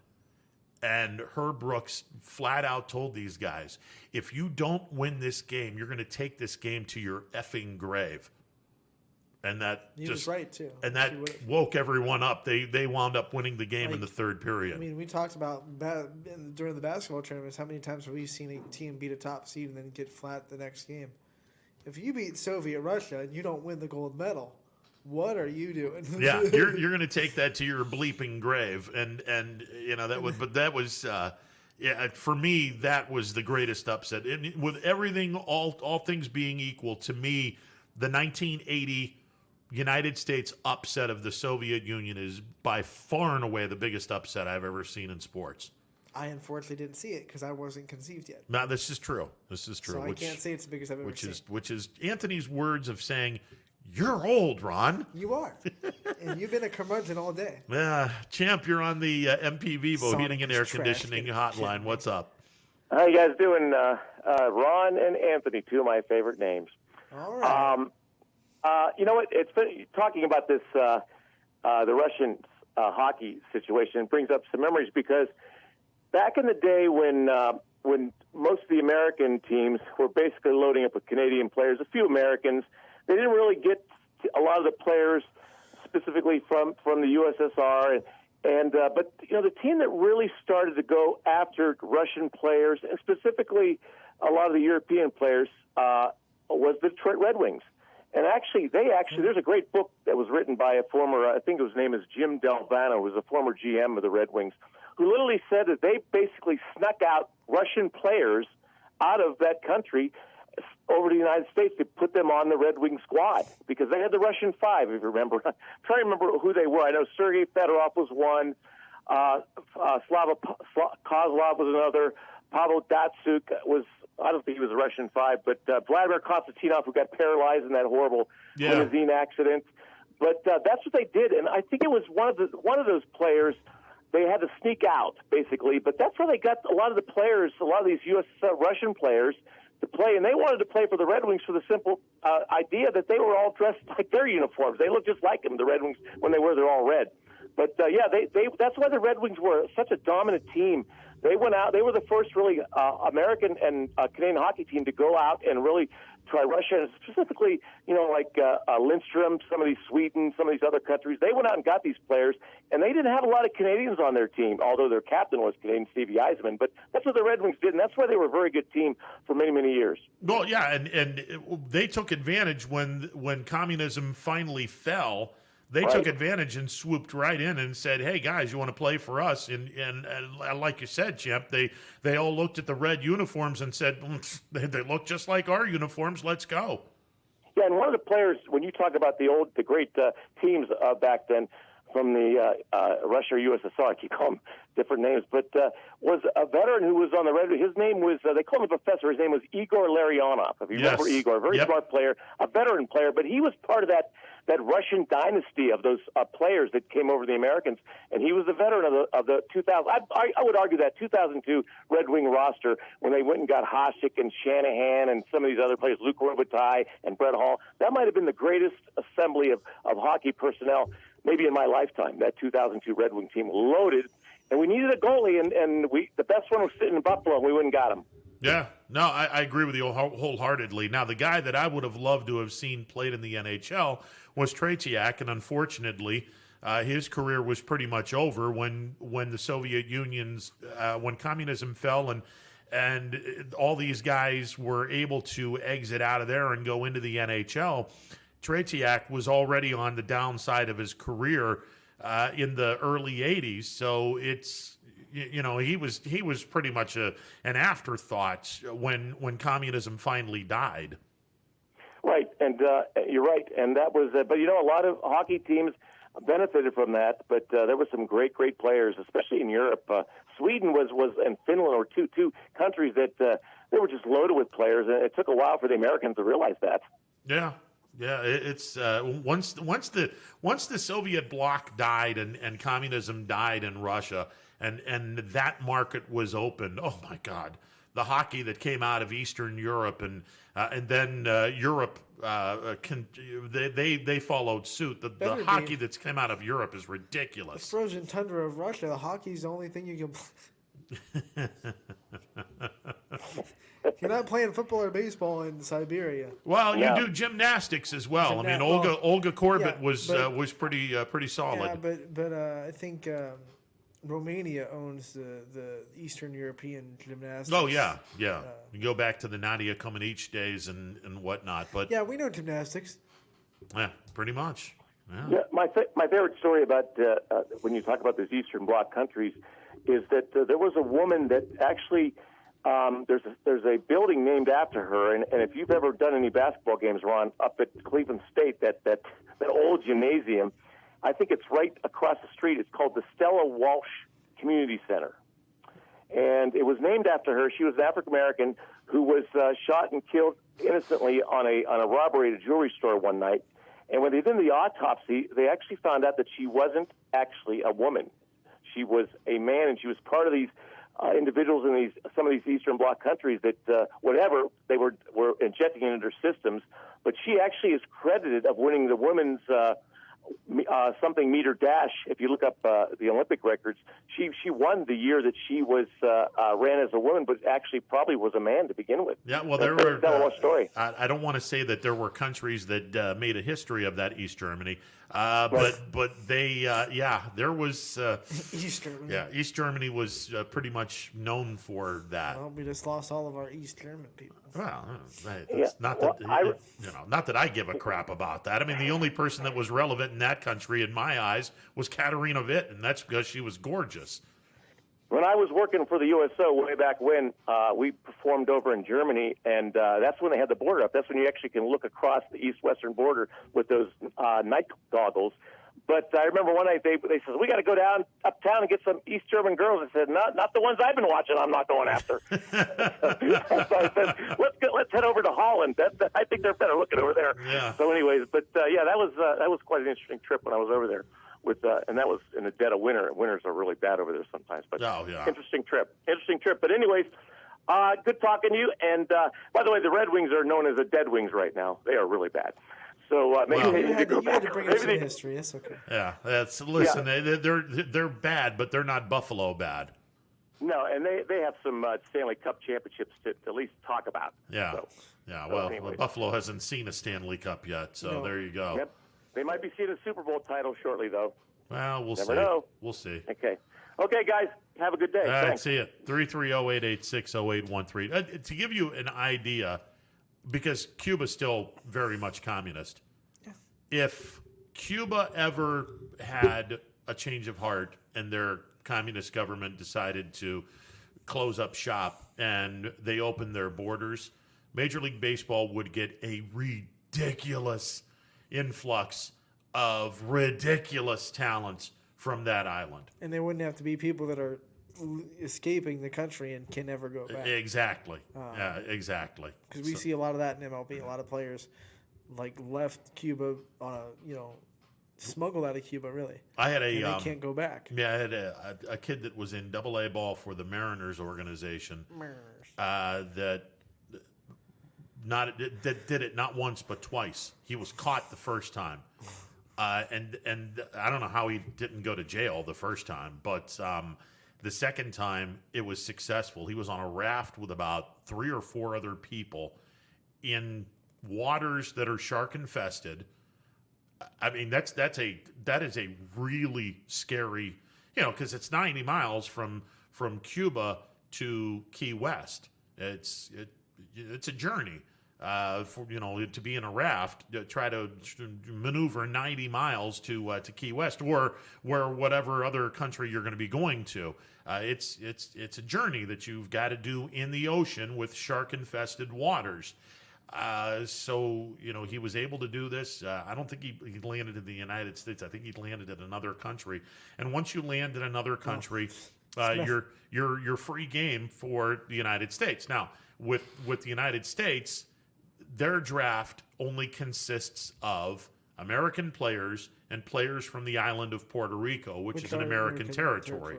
Should be an American state, neither here nor there.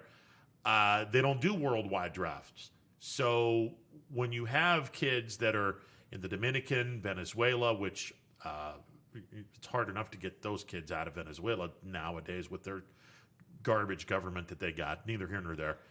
Colombia, Mexico, some of these other places, you can sign these guys for a ridiculous amount of money. So this kid gets out of Cuba.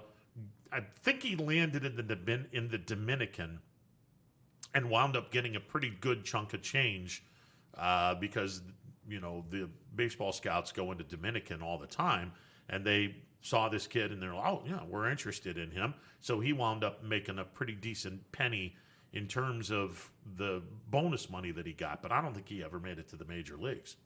So, if he did, some jail warden in Cuba would be looking through his names and then hear it on the TV and go, "Oh crap!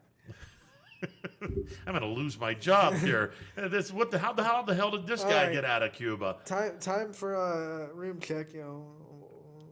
Yeah. Did I just hear that name on the? Yeah. Well, of course, the good news is none of those people will watch Major League Baseball. So,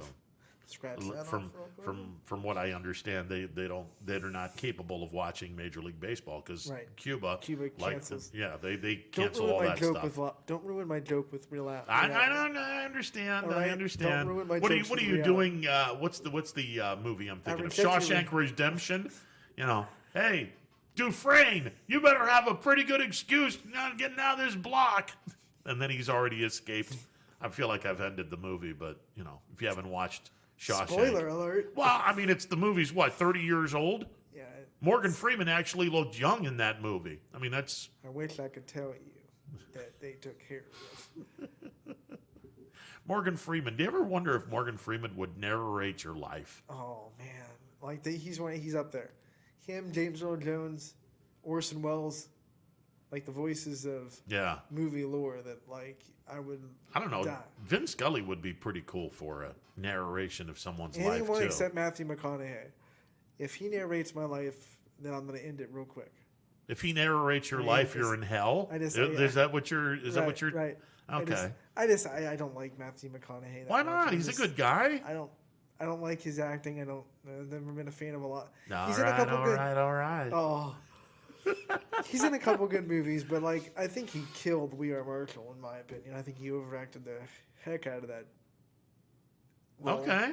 And I think I've just found my kryptonite for you. Sahara is bad. He didn't even need to be in Contact. He was just in there because Jodie Foster was so unattractive that they needed someone to bring people in. Are you saying that attractiveness brings people into movie theaters?